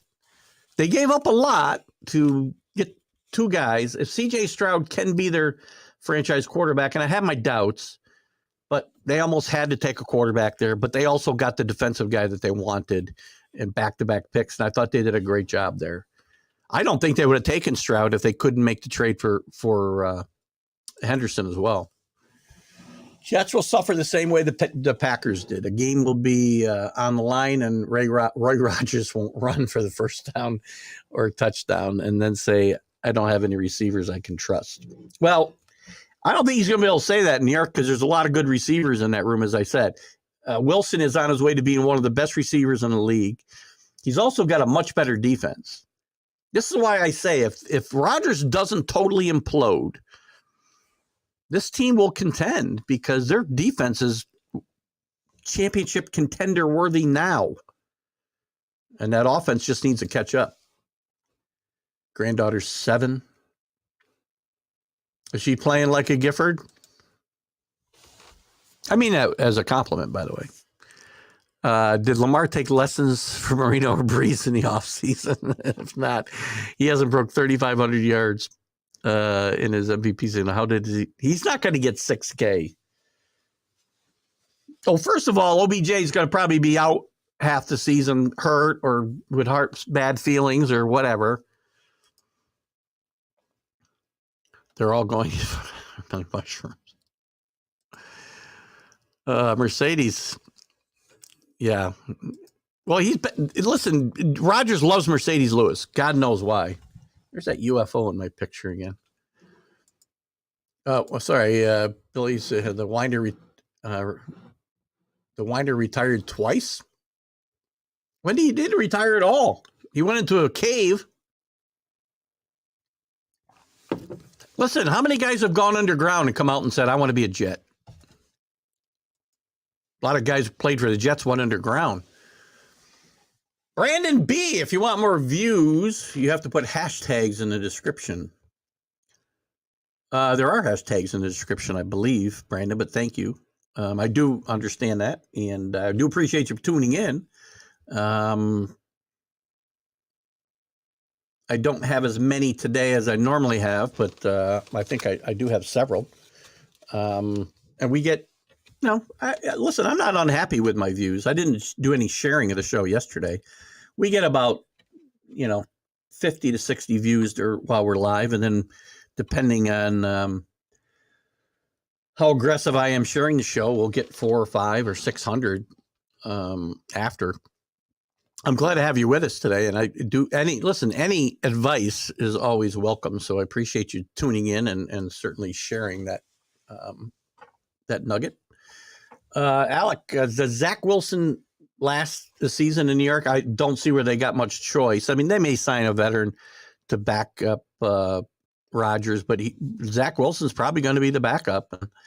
Hopefully, I mean, one thing you can say about Rodgers, it sounds like, unlike his predecessor in Green Bay, who would not give Rodgers the time of day, that Rodgers did help with Jordan Love's development. We'll see how far that development has come once the season gets started for real. But he did work with him and help him with his game and help him, potentially become a factor as an NFL quarterback. So we'll find out. And by all accounts, he's been good with that. So if he is the same way with Zach Wilson, maybe that will benefit the Jets as well. But again, all the other stuff that surrounds him, you're always going to be waiting for it to blow up. If it doesn't blow up, the Jets have got a shot. Bengals need to make their move. Windows get shut. They do get shut. The windows don't stay open forever. There's not going to be any more 20-year windows like a certain team had recently. That won't happen again. I have the over-under on OBGA's injury is 7.5 quarters. That's probably pretty fair, Jeremy, actually. 100% Bengals need to do it now as their last quarterback standing will get the most. 100% Bengals need to do it now as the last quarterback standing will get the most. Bengals do need to. He looks at their window's closing and they're going to change. Mixon's already gone. They really did nothing to improve that offensive line. They made a couple signings in free agency, I guess, but I don't think they've done enough the last 2 years to improve that offensive line. Drew the hash and eat the edible. Screw the hash and eat the edibles. Oh, I got you. Okay. Would be interested when you do an NFC North review as a guest? Sure. Absolutely, Jeremy. Please do me a favor and send me a message to my personal Facebook page, if you would, or you can email me at the email that's on That's on the Facebook, the TGI Sports Talk Facebook page. And so I've got your information. I'd love to do that. So stay tuned. Well, that won't be for a while yet, but I'd love to have you on when we do some reviews. That'd be great.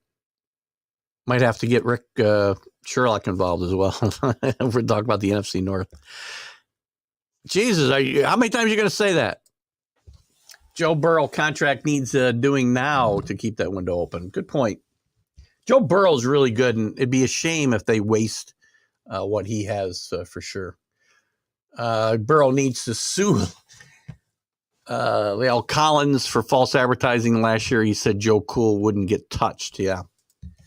Well, he got touched. That's a good football team, too, and it's a shame that they're wasting this window of opportunity with that offensive line. Very, very sad, if you will. See what else is going on. Anything else going on in the NFL? Let me take a quick look here. Oh, talked about Dexter Lawrence. Kirk Cousins talks about the fact that he wants to be in Minnesota. He's got a year left, I think, right, Rick, on his contract. And Minnesota did draft a quarterback in Jake Haffer. Was it Haffer? Yeah, it's Haffer they drafted, I think, from Fresno State, 4th round. There was a lot of talk about them maybe taking Will Levis as he fell through the 1st round, but they did not. It could be Cousins' era is coming to a close here. And again, I've said this before, and I said it when he got to Minnesota.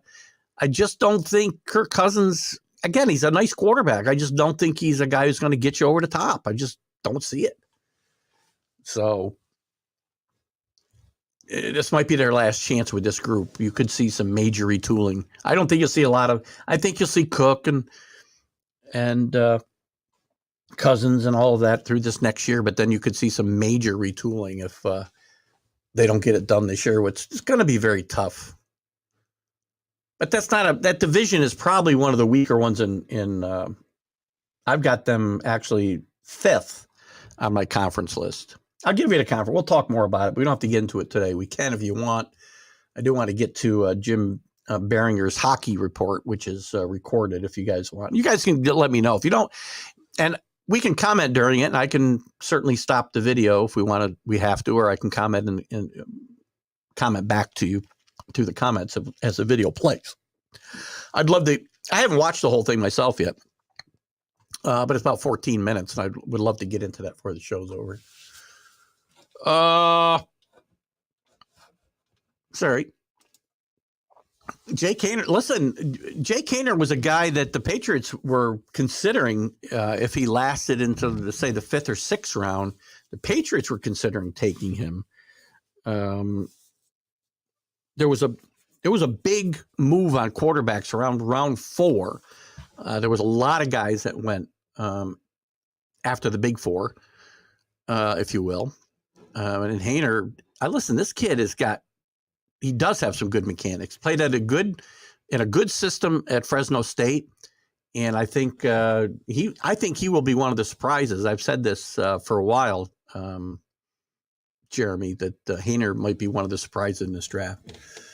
You can talk about 50 years of futility and poor play and wasting the careers of Megatron and the running back.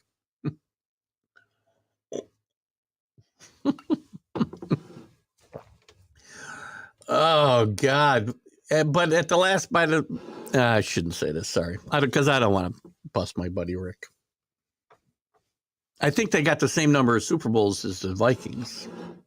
Wins. You have been there a bunch. I'm sorry. I couldn't resist. That one I'm not sure about. We'll see. I mean, where they got him, I think was probably good value, low risk, right? Not having to take him in the 1st round. I think quarterback's what's going to hold this Lion team back, but we'll get into that certainly more. Maybe we need to get Rick and Jeremy on together when we talk about the NFC North. I think it'd be very interesting. Rick, if you're interested, I'd be happy to put that together.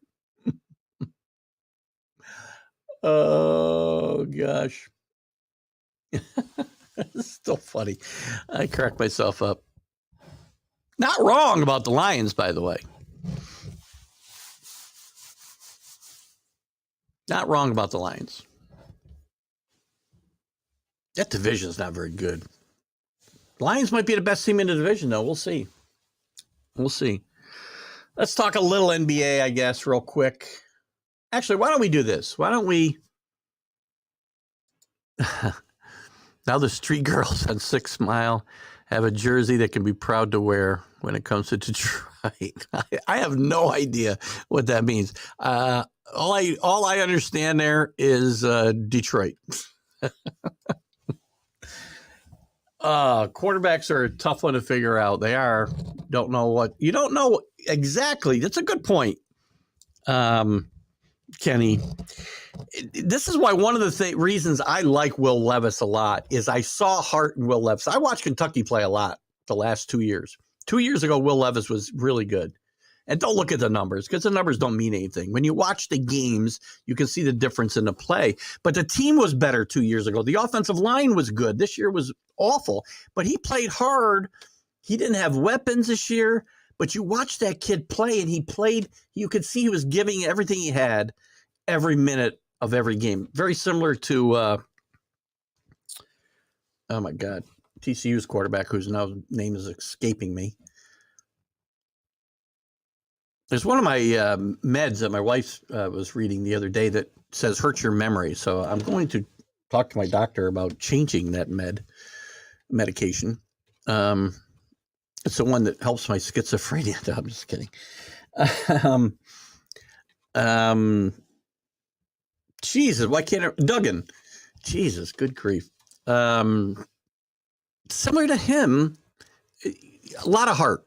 I'm not saying that Murray and not Murray. Oh my God, Stroud, Richardson. Oh, I want to say Kyler Murray. Every time I talk about the kid from Alabama, I want to say Murray. Wow, mine's totally a blank today. Oh, you guys will bail me out, though. Anyway, I'm not saying those kids don't have heart, but they also had a lot more talent around them. And they weren't being beat up the way that this kid was. That's why I like Levis a lot going forward in this league. I really do. Oh, I figured that's what it was about. I just didn't understand any of the references there. Remember, I'm going to be 63 in a couple of weeks. Well, months. Now, we're on the same page there. A lot of teams, there's a lot of talk about the Lions were going to take Levis too, potentially, even early in the draft. But I think the Titans actually make out pretty well there. Pot helps memory in a lot of things. You keep trying to sell me on this, Kenny. I don't know. Oh, I think the Richardson pick will haunt the Colts for a long, long time. Long time. I don't understand the pick. I mean, I get it. You want to pick a kid for his athleticism alone, and you take him in a second round, the third round, but top 4? When you haven't even proven yourself at the college level? Sorry, I don't know what the Colts are thinking. And they're going to throw him into the fire right away. This could get ugly. Or I could be totally wrong. I don't know. Yeah, there you go. And Irsay says he will start. So, all right, guys, why don't we do this? I'm going to queue up. You guys can put some comments up. I think I'm going to queue up this Jim Biringer comments. I'm going to share it. Hold on, bear with me while this comes up. I hope it comes up like it did before. All right, bear with me while I share this. Well, we're going to get some hockey comments from Jim Biringer. You guys can feel free to comment. He's going to catch us up on the playoffs, and I'll stay on the screen off to the side.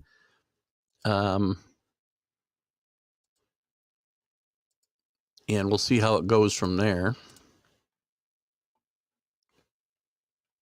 Let me get to your, let me remove this just for a second. Let me catch up with your comments first before we do this. Make sure we're all done. Here, what do we got? Alcohol kills brain cells. I don't drink as much as you think, by the way.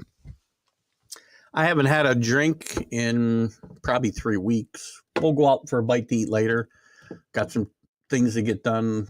I'm off my list. We just had carpet put in all the second floor was put in the living room, dining room area earlier this week, and then we had to empty out I had to move all the bedrooms and stuff around on the second floor. So I got all of them put back together today, and then we're going to go out for a bite to eat, and I might have a beer or two. In any event, let's get on with Jim Biringer, shall we? Let's play this. I'm going to play this. I'm going to stay on the screen, and we're going to hear from Jim Biringer and hear what he's got to say today. And you guys can certainly share your comments. I'll make sure I got the sound on. Let's go. Hello, everyone. The Ringmaster here, Jim Biringer for TGI Sports Talk. It's been a while since we've gotten together. Sorry, I've had some hockey duties on Sunday mornings playing in the men's league. But before I come back and make my debut on TGI Sports Talk with Keith Engel, just want to give the viewers an update of what's going on. We're into the second round Stanley Cup playoffs. And man, oh man, it's been a wild playoff so far. The Boston Bruins gone, President's Trophy winners. Colorado Avalanche, defending Stanley Cup champions, gone. That all happened on the same day in a Game 7. The Cardiac Cats, the Florida Panthers, knock out the Bruins. The Bruins, the best regular season team, 65 wins.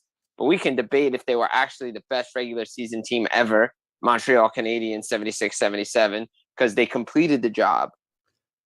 As Michael Jordan said, since this is a variety sports show, it don't mean a thing if you ain't got the ring. Like those Golden State Warriors that lost to LeBron James and the Cavs. Boston gone. President's Trophy curse. Look, a lot of mistakes in that series with Florida. Uncharacteristic mistakes. Sergei Bobrovsky comes in, shuts the door. $10 million man. Now he's playing really good. Staying on late. After practices, after morning skates, the hardest guy and working guy in the room. Panthers led by Matthew Tkachuk. And what about Keith Tkachuk? Walt giving it to them, calling them soft before the playoffs, towards the end of the year when they were trying to make the playoffs. Paul Maurice on a tirade. Panthers, one of the hottest teams right now. Sam Bennett back in the lineup. He's a disruptor. Tkachuk, Montour, Carter, Verhaeghe.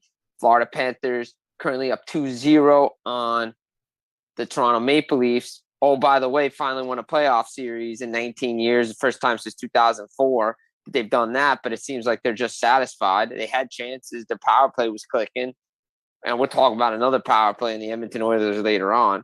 But Toronto's power play was clicking. Then all of a sudden, 2 mistakes in 47 seconds in the second period give the Panthers the lead that they didn't relinquish. Sergei Bobrovsky, like I said, has been playing great. He's playing like the guy that was the $10 million man. But it wasn't him down the stretch. It was Alex Line that got the Panthers in the playoffs, and he played a majority of the series against Boston. Boston was so in control, up 3-1. What an epic choke job that was. Brad Marchand had a chance to end the series with 3 seconds left in Game 5 in regulation. They had leads in Game 6 and 7, couldn't hold it. And the Cardiac Cats just find a way because they're working hard, sticking with the structure. Got to give it up for Paul Maurice, what he's doing in Florida right now. This team is playing hard. Toronto in a hole. Can they get out of it? Marner's, Matthews, got to get more from Nylander, from Tavares. And what they did in the first round to knock off the Eastern Conference champions 3 years running the Lightning. Now, Lightning are a different team. No Ryan McDonough, no Eric Chernak. Chernak's hurt. McDonough's in Nashville. Jan Ruda's in Pittsburgh. Their defense was a little bit different. Vasilevsky's still Vasilevsky. Offensively, no Andre Palat. He's in New Jersey. Lightning, a different team, but same old story. You know, Nick Paul scoring goals, Stamkos, but Toronto had that edge, that physical edge. They were, Ryan O'Reilly's come in. You had Nola Chari, Matthew Nyes entering the lineup. He's going to be lost for the second round series. But they knew what their job was. There was animosity there. They're like, these guys beat us last year. They got greasy, grindy goals. Matthews, a lot of tip-ins, plays in front of the net. Morgan Riley had a good series. They're not getting that right now with Florida, and they need to get back to that. And it's going to be a very, very interesting series. You go to the metro area, we're always going to talk about Devils Rangers. Obviously, Devils get through in 7 games. Now they're down another 0-2 spot against Carolina. Game 3 on Sunday afternoon. Can the Devils get out of it? Because, if they're not, Game 3 was pivotal in the Rangers series after they've given up 10 goals in the first 2 games against the Rangers. They give up 11 against the Carolina Hurricanes. You got to make some changes. Luke Hughes finally coming in the lineup. That breakout needs to be worked on. He can move the puck. He can transition the puck. He's a smooth skater. His brother talked about that. I've been saying this now for weeks that they need him in the lineup. Their defense just looks slow. Carolina's a bigger, faster team. Carolina knocked off the Islanders. Well, the Islanders have their own issues because they can't score goals. People thought Carolina could score goals. Somehow the Islanders kept them down, not scoring goals because they have the goalie to do it and the defense to do it, but they couldn't consistently score goals. No Bo Horvat, MIA, Matt Barzell, MIA. Guys you need to score goals, not there, not doing it. Can't have your fourth line scoring goals in an elimination game and the only goal. So they need more, and they're going to be revamped. Lou Lamoriello hasn't been extended. Are they going to change the coach? Exit interviews. The Islanders like to do things in secret with Lou. But I think they got to get younger and they got to get faster and they got to give the kids a chance, like with New York. Now, New York changing coaches. Gerard Gallant's out 2 years. Seems like it's 2 years, year and a half. And what's the point of hiring? I know this guy's a Jack Adams finalist, this, that, and the other thing. But it's not the coach. Let's be honest. Could he have made some better decisions? Absolutely. But Chris Drury went for it and they didn't get out of the first round and there were a lot of expectations, but your top players didn't show up. Plain and simple. Your top players didn't show up. Yes, there was a rift after Game 4. Yes, the players didn't like what they had to say in exit interviews about the coach. Yeah, Capo comes out, wants more ice time, wants more power play time. Okay, but then don't cater to Patrick Kane, who you traded for. If Vladimir Tarasenko, fine, he had a good series, whatever. But Artemi Panarin, no points. Because Zibanejad had a decent Game 6. Chris Kreider led the way, 6 goals. Most of them on the power play. That's all a guy does is score power play goals against New Jersey. Where was everybody else? And they got decisions to make because Miller, Lafreniere, Kakko need new deals. Obviously, they re-signed Hedl. You got Trocheck, you got Zibanejad down the middle, and you have some unmovable contracts. Top guys need to be your top guys. Thought Gallant did a fine job. But I know that it's the easy way out. They want Joel Quenneville in there. I'm not sure that's the right answer. Back-to-back 100-point seasons. Goalie played well. Where's everybody else? At some point, it's got to be on the players. It can't be always the coach. It's easy. You can't trade the players because the players have unmovable contracts. It's easy to fire the coach and the assistants. Well, we say the same thing about Florida. Is this team going to go through some adversity during the regular season to make those adjustments? Do the Rangers take a step back? They might. Maybe that would be a good thing for them instead of all the expectations on the world. But again, who knows what they're going to do because they have a lot of issues and they're up against the cap. So they have to make moves. Maybe the roster does look different. Obviously, Kane may not come back. Tarasenko may not come back. It's going to be a different team. And, let's be honest. We got to really see what Lafreniere and Kakko look like. And we're not sure what they look like because they've never been put in that position. But you got to earn that position like Wyatt Johnson did in Dallas. He's having a heck of a second-round series right now, and he had a good year. The Devils have their own issues. They're figuring it out. But their top guys got to show up because they can't get away with what they got away with in the first round, where it was the bottom 6 guys scoring goals and winning games. Luke Hughes, I think that's what you need. Home ice. As we always say on the show, series doesn't start till a team loses on home ice. Carolina held serve. Now it's the Devils' turn. So we're going to see what happens there. Seattle, great story, expansion. They get in. Great series with Colorado. Just grinding teams, 4 lines deep, 15 different goal scorers in the first round, 5 different goal scorers in the first game, 2 different goal scorers in the second game. This is what they do. This is how they do it. Give credit to Dave Haxtell. You got to give credit to what Lindy Ruff did this year, Jim Montgomery, all the Jack Adams Award finalists. Seattle proving things wrong, but this is a different expansion era. It's not like it was with Minnesota, Atlanta, Tampa, Columbus, Nashville came in the league where you have to go through a few years of with the misfit toys, with the unused toys that guys didn't want, other teams didn't want. Then you get your team together, and then you're good. These teams are good out of the gate. That's the advantage they have. But Seattle's offense is different this year. You add Beniers, you add Burakovsky, healthy Jaden Schwartz. Their back end is good. Goaltending's a lot better. Seattle's making noise. Then there's Edmonton. I mean, Edmonton, you put this team on a power play, it's automatic. The best power play in the regular season, the best power play in the postseason. When you got Leon Draisaitl, Connor McDavid, Evan Bouchard, the list goes on of guys that can produce. Draisaitl leading the way, 13 goals in the regular season, 13 goals in the postseason. The Stanley Cup playoffs leads the way. He's got 6 goals over 2 games in the series so far, potentially more at the time of this recording. McDavid's starting to come into his own. This guy's a machine. Draisaitl, one of the best playoff performers we've seen in modern era, along with Tkachuk. Matthew Tkachuk, that is, not Keith or Brady Tkachuk, but we haven't seen Brady yet in the postseason. But Draisaitl, what he's doing, he put this team on his back against the LA Kings along with McDavid. He did it in the first game, wasn't satisfied with the 4-goal performance, but the power play, got to stay out of the box if you're Vegas Golden Knights. The reason Edmonton lost their first game and why they were trailing against LA, defense, goaltending. Stuart Skinner's been up to the test in game 2, bounce back game. Game 2 with a couple of days off. Game 1 didn't mean anything. It's out on an island with game 2 because there was so much time off. The Oilers power play, it's automatic. Just put the puck at center ice every time. That's all they do is score on a power play. And you got to stay out of the box. But it's defense and goaltending that could be their Achilles heel. Dallas, you got to watch out. They're flying under the radar. Rupe Hintz, you got Wyatt Johnson, Joe Pavelski's back. 2 guys. How about this in the Stanley Cup playoffs? Back-to-back nights, May 2nd and 3rd.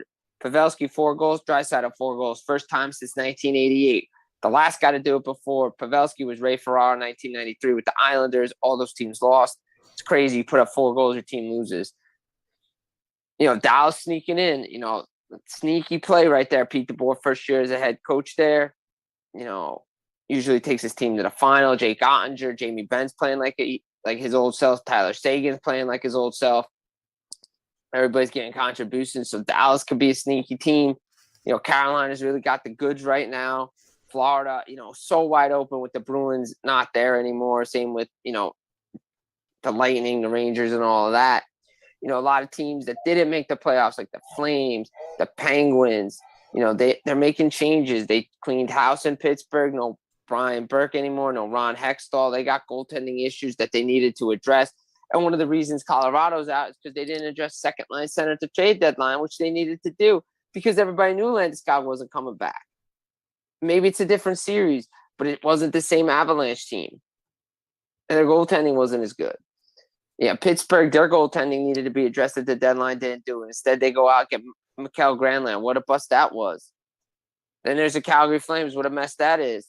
GM doesn't want to come back because the coach is getting a new extension. And then when Dave Maloney takes over and ownership wants out, they fire the coach anyway because the players didn't like the fact that they weren't put in position to succeed. Now you got 2 coaches gone and you have Gallant gone in New York now. So we're going to see what changes they make. Then there's Winnipeg. When Rick Bowness comes out after they lose to Vegas in the 5th game, what does he do? He calls it disappointing, disgusted.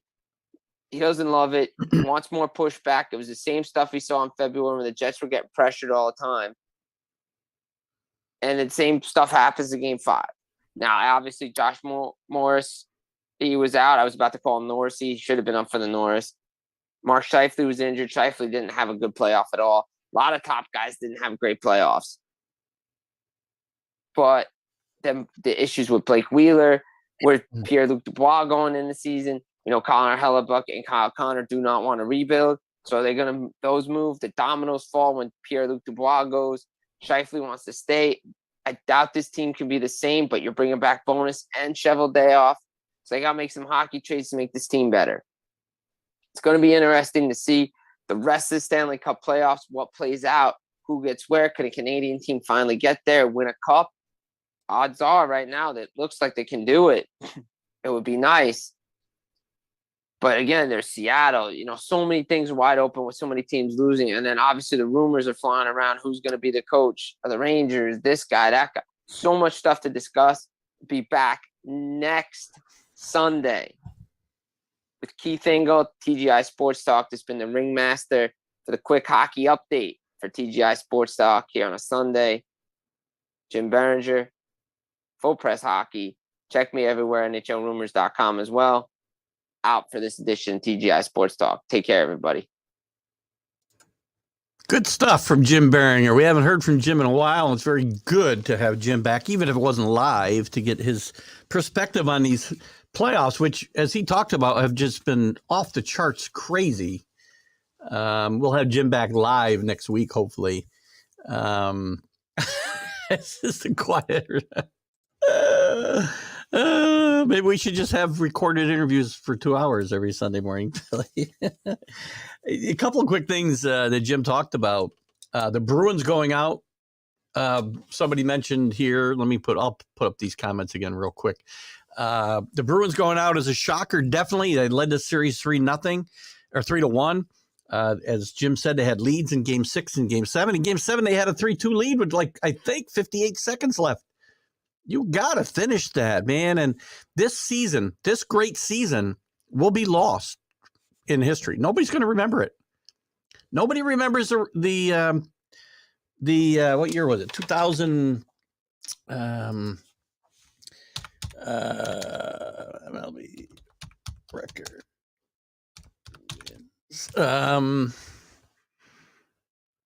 What year was it? 2001 Mariners, 116 regular season wins. Most in history. Nobody remembers. I had to look up what year it was because they didn't finish the job, and the Bruins didn't finish the job, and they're out, and it's a shocker. And the Panthers, who just barely had made it in, had to play well at the end of the season anyway to get in the playoffs, knock out the Bruins, and now have the Devils on the ropes down 2-0. But that might be where the Devils like to be, is if they were down 2-0 to the Rangers. The Rangers, as Jim mentioned, fire their head coach, Gallant, which I think is ridiculous. This was not a coaching issue. The players are unhappy with the coach. Every player who loses and doesn't get the kind of playing time and looks to point a finger somewhere other than himself is going to give a bad exit interview, right? And this is a hazard of coaching or managing in New York, is you're going to be under this microscope all the time. And I think Gallant is just a fall guy here. Again, as Jim said, the Stars didn't step up. They go out and get Patrick Kane for this moment. And he comes up as about as small as you can. So lots of talk. I mean, it's been crazy. Right now, we've got the Panthers leading 2-0. I said over the Devils. The Canes are up. Or is that backwards? Do I have that wrong? I think I got this wrong. Hold on. Let me get back to my. It doesn't look right to me. Where are you here? Back to playoff central. I might have that backwards. Oh, sorry. The Panthers are up 2-0 over the Leafs. The Leafs, who came in, I thought, with the second most pressure on them behind the Bruins because they needed to win a series. They finally get that series win over the very game Lightning, and they're now down 2-0 to the Panthers. It's the Devils that are down 2-0 to the Canes. My bad there. The other two series are tied at 1. That's the Stars and the Kraken, the surprising Kraken in their second year. And Vegas and the Edmonton Oilers. Jim mentioned the other surprise was the Aves going out too easily, probably in the first. I mean, you should be going out in the first round when you're number one seed and you're also the defending champion. Should not be happening that way. My other disappointment was the Jets. Billy, your Winnipeg Jets, I was all over them. I had them actually in the final against the Bruins, so that shows you how much I know about hockey. Anyway, a couple other notes here. Jeremy had talked about the President's Trophy is a curse or is not a curse anymore. But by the way, back to the Rangers. They got to get. I mean, Igor just can't do it all. He didn't play badly in this series, but the Rangers' offense was awful against a backup goalie, basically. Panthers are playing very well, as Jeremy says, as I set up 2-0 now over the Maple Leafs, who, again, on paper, much better team, but we don't play games on paper now, do we? Canes and Stars would enjoy seeing that series. Again, of the teams that are left, I'd like to see the Maple Leafs do well myself. I know Jim's a big Devils fan. He'll be rooting for the Devils, and we'll hear more about that next Sunday when Jim's on with us live. I would like to see the Leafs come back and Leafs actually make it to a final after not winning a first-round series for like forever against maybe Edmonton. Wouldn't that be fun? Not if you're ugly American like I usually am, but it would be interesting. Billy's talking about the average price. This is shocking. The average price for an NHL Stanley Cup Finals match is $5,000. This is a league that can't barely get people to watch on TV, but it's a regional sport, man. And these guys will pay big money to go watch their team play. It's hard to get the casual fan invested in hockey. That's part of the problem, right? It's the quietest I've ever seen Keith Engel. 19-1. I'm not sure. What is that? 19-1. I did have your Jets. I jinxed your Jets, Billy. I've jinxed a lot of teams recently. So anyway, it was great to have Jim Biringer on, even if it wasn't live. I hope you guys enjoyed that. So we'll go a little long. We already are a little long. We'll go a little bit longer because I want to talk a little about the Knicks. Lost yesterday. I've no fight in this team at all. Also, the Bucks firing their head coach, Mike Budenziger. Well, I'll never say his name right. Was this a surprise? Maybe not, because he was rumored to be getting fired a couple of years ago when they made a run at the end of the year, and then made it to the finals and won against Phoenix, which saved his job basically. But there's going to be a fall guy. Giannis is not happy. A lot of rumors that he may want out, depending on what happens with some other key free agents like Lopez and Middleton. Talk about Giannis maybe coming to New York, but I don't see how that can possibly happen with cap. But the Knicks could certainly do worse than that. Where else are we in the NBA? Let's take a quick look. The Knicks game yesterday, by the way. So they're down 2-1 to the Heat. They lose yesterday 105-86. I saw no fight in this team at all. They were just not good as a group. They shot 20% from three, 34% overall. You're not going to win games that way, guys. And they were giving up way too many. I mean, again, the Heat didn't shoot necessarily that well either. This has not been a tremendously well-played offensive series, but I don't think we expected to see that. These two teams are always fight and claw against each other. If you remember the way they played in the 90s against each other with fights, and the Knicks actually probably, and Patrick Ewing swears to this day that they were the best team in 90, oh God, whatever year it was, 94, I want to say. No, probably 97. 97. They were the best team, and they had a 3-1 lead on the Heat and didn't win another game after a big fight and several players being suspended and turning that series around. And Patrick Ewing will swears to this day they would have won the NBA championship and would have got by the Bulls that year. We'll never know. This Knicks team is flawed, as we know. Tibbs has done a great job here, but you can't come out. Randall's playing probably at 50% right now. You can't come out and shoot the way the Knicks shot in this game. And to me, it's not so much that they lost. It's not so much that they played badly. It was a lack of fight that I saw in this team that was disturbing.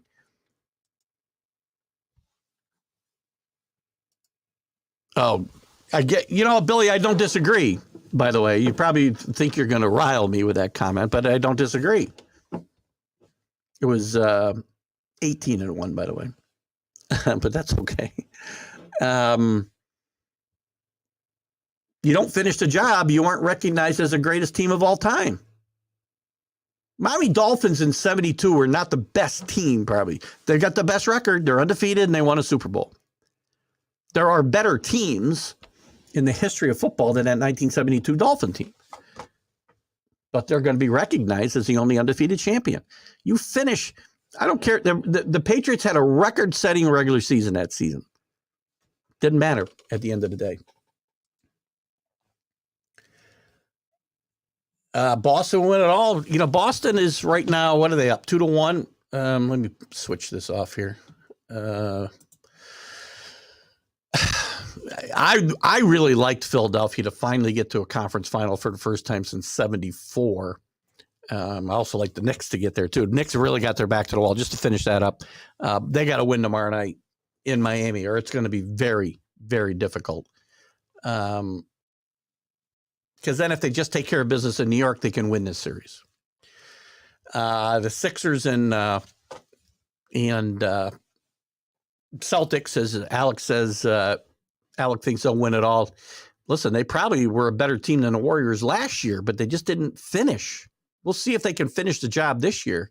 They've really handled the 76ers pretty well. It was a close game, one loss. The last two games, they've handled them pretty well. We're going to be playing today at 3:30 in Philadelphia as the Sixers are trailing the Celtics 2-1 here. Out west, the Nuggets, after winning the first two games, lose to the Suns in Phoenix.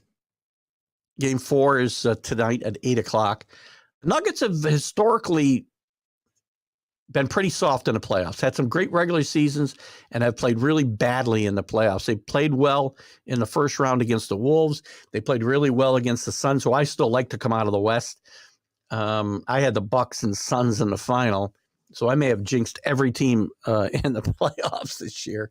But Kevin Durant, Booker combined for 80-plus points on Friday night and get the Suns back in this series. So we'll see how that goes. The Lakers rolled over the Warriors yesterday. We talked a little bit about some of this game the other day. You can say what you want about LeBron. He's one of the best players of all time. It's Jordan and LeBron, and then you can argue about the rest, in my mind. LeBron is just, you can say whatever you want about him being a whiner and a crier and the nonsense with China and whatever else.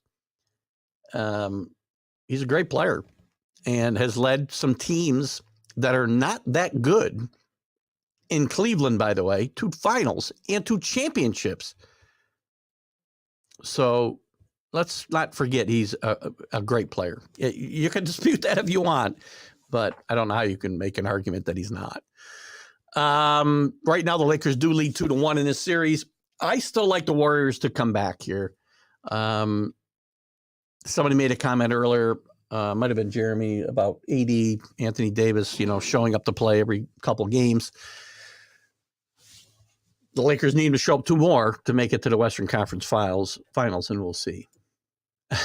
Billy with his oops. Yeah, listen, you know me, and I'm very realistic about my teams. And I will tell you when I think there's something wrong, right? I mean, the times that I get riled up about, say, the Patriots are things that I think are nonsensical.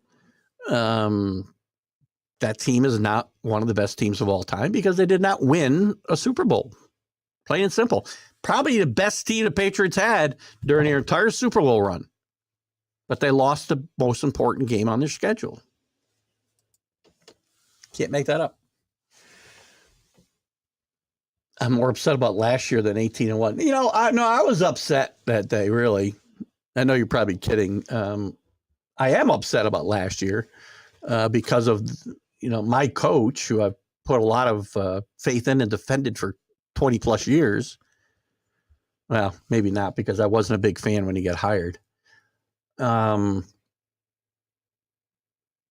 bad position he put his team in and his quarterback in last year didn't need to be that way. Now it's been corrected, and we'll see what we do going forward. But I can tell you, I was not a happy camper watching them lose 17-14 to, of all teams, the Giants. Anyway, that's about it today, guys. I mean, I think we're going to wrap it up. If you got any last comments, we can certainly bring them up, but I'm going to wrap it up here. We're over. Well, not over. It's my show. I can do whatever I want. So I've had a great time today, guys. I hope you have. Hope you guys have had a good time. You guys have done a great job commenting and contributing as always. Alan, Jeremy, Rick, Billy, Teddy, Alec. I know I'm probably missing somebody. I apologize. Great. Thanks, Alec. I appreciate it. I appreciate your comments. I talked about Jeremy. Brandon, thanks for popping in with your suggestions. Always welcome. If anybody I missed, I apologize. Anyway, great show, Rick. Happy birthday again. Alan, happy birthday again to you this week. I know you had birthdays. I'm going to cancel mine this year probably, but that's just for me. Keith Angle for TGI Sports Talk. We'll catch you next week with the Stream of Consciousness right here on TGI Sports Talk on Northeast Stream of Sports and Let's Talk Sports. Have a great, great, great weekend.